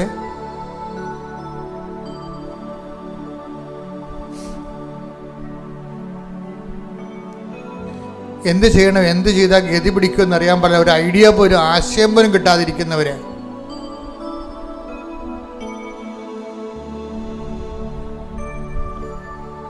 ദൂരയാത്രയ്ക്ക് വേണ്ടി ഒരുങ്ങുന്നവർ, അതിനുവേണ്ടി ശ്രമിച്ചിട്ട് പരാജയപ്പെടുന്നവർ, സമ്പത്ത് അന്യായമായിട്ട് അന്യൻ്റെ കയ്യിൽ അകപ്പെട്ടിട്ട് തിരിച്ചു കിട്ടാത്തവർ,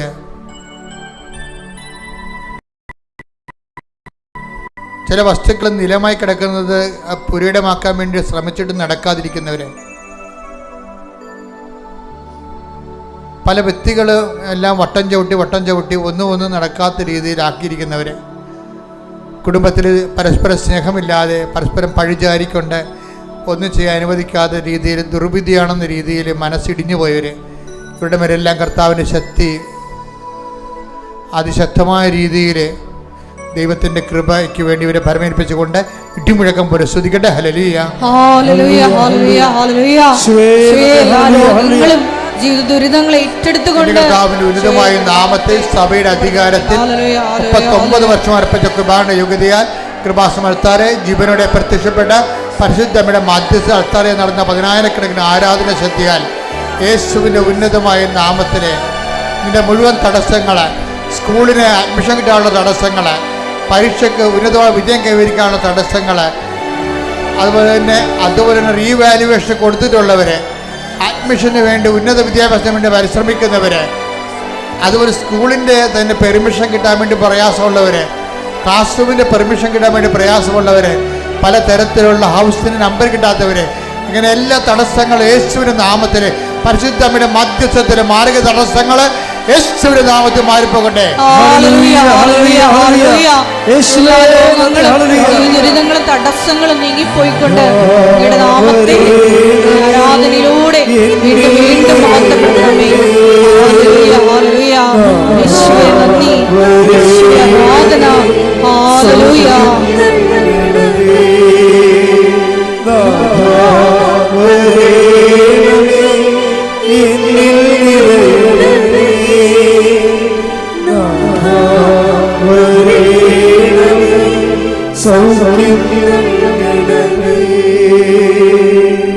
മുട്ടനിക്കുക,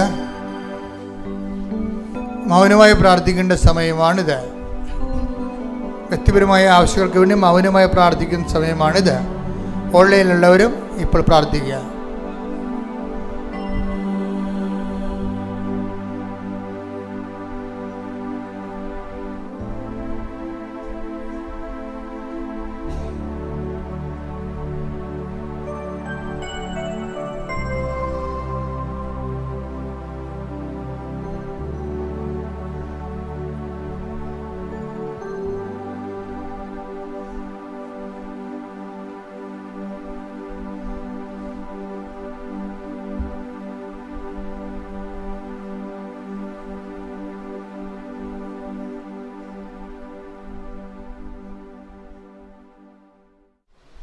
ഒരിക്കൽ കൂടി മരിയൻ ഉടമ്പടിയിൽ സമർപ്പിച്ചിരിക്കുന്ന എല്ലാ വിഷയങ്ങളും ദൈവമാതാവിൻ്റെ മധ്യസ്ഥയിൽ ദിവ്യകാരുണ്യ സന്നിധിയിൽ നമുക്ക് വിട്ടുകൊടുത്ത് പ്രാർത്ഥിക്കാം. ഹെബ്രായർ 4:16 തിരുവചനമനുസരിച്ച് വേണ്ട സമയത്ത് കരുണയും കൃപാവരവും ലഭിക്കുന്നതിന് വേണ്ടി പ്രത്യാശയുടെ കൃപാവരത്തിൻ്റെ സിംഹാസനത്തെ പ്രത്യാശയോടുകൂടി നമുക്ക് സമീപിക്കാം. ദൈവമാതാവിൻ്റെ പ്രത്യേകമായിട്ടുള്ള മധ്യസ്ഥം ഈ സമയം നമുക്ക് യാചിക്കാം. തക്ക സമയത്ത് ദൈവമാതാവ് പുത്രനോട് പറഞ്ഞ് നമ്മുടെ വിഷയങ്ങളിൽ സമയബന്ധിതമായി ഇടപെട്ടുകൊണ്ട് എത്രയും വേഗം പ്രത്യക്ഷീകരണത്തിൻ്റെ സാക്ഷ്യമായി ഈ അൾത്താരയിൽ നിൽക്കാനുള്ള കൃപയ്ക്ക് വേണ്ടി പ്രാർത്ഥിച്ചുകൊണ്ട് ശിരസ്സ് നമിച്ച് നമുക്ക് ദിവ്യകാരുണ്യനാഥൻ്റെ ആശീർവാദം സ്വീകരിക്കാം.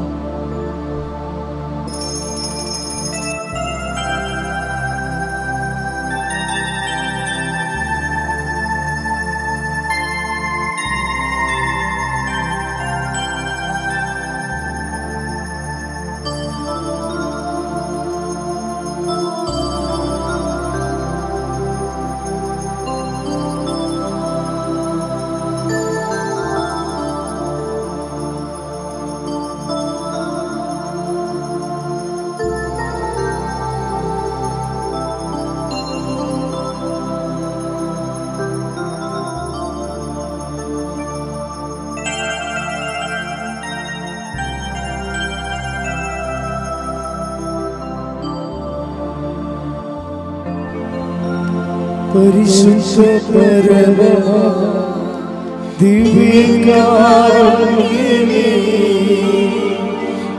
എന്നുമെന്നും അങ്ങേക്ക് ആരാധന. പരിശുദ്ധ പരമ ദിവ്യകാരുണ്യമേ, എന്നുമെന്നും അങ്ങേക്ക് ആരാധന. പരിശുദ്ധ പരമ ദിവ്യകാരുണ്യമേ, എന്നുമെന്നും അങ്ങേക്ക് ആരാധന.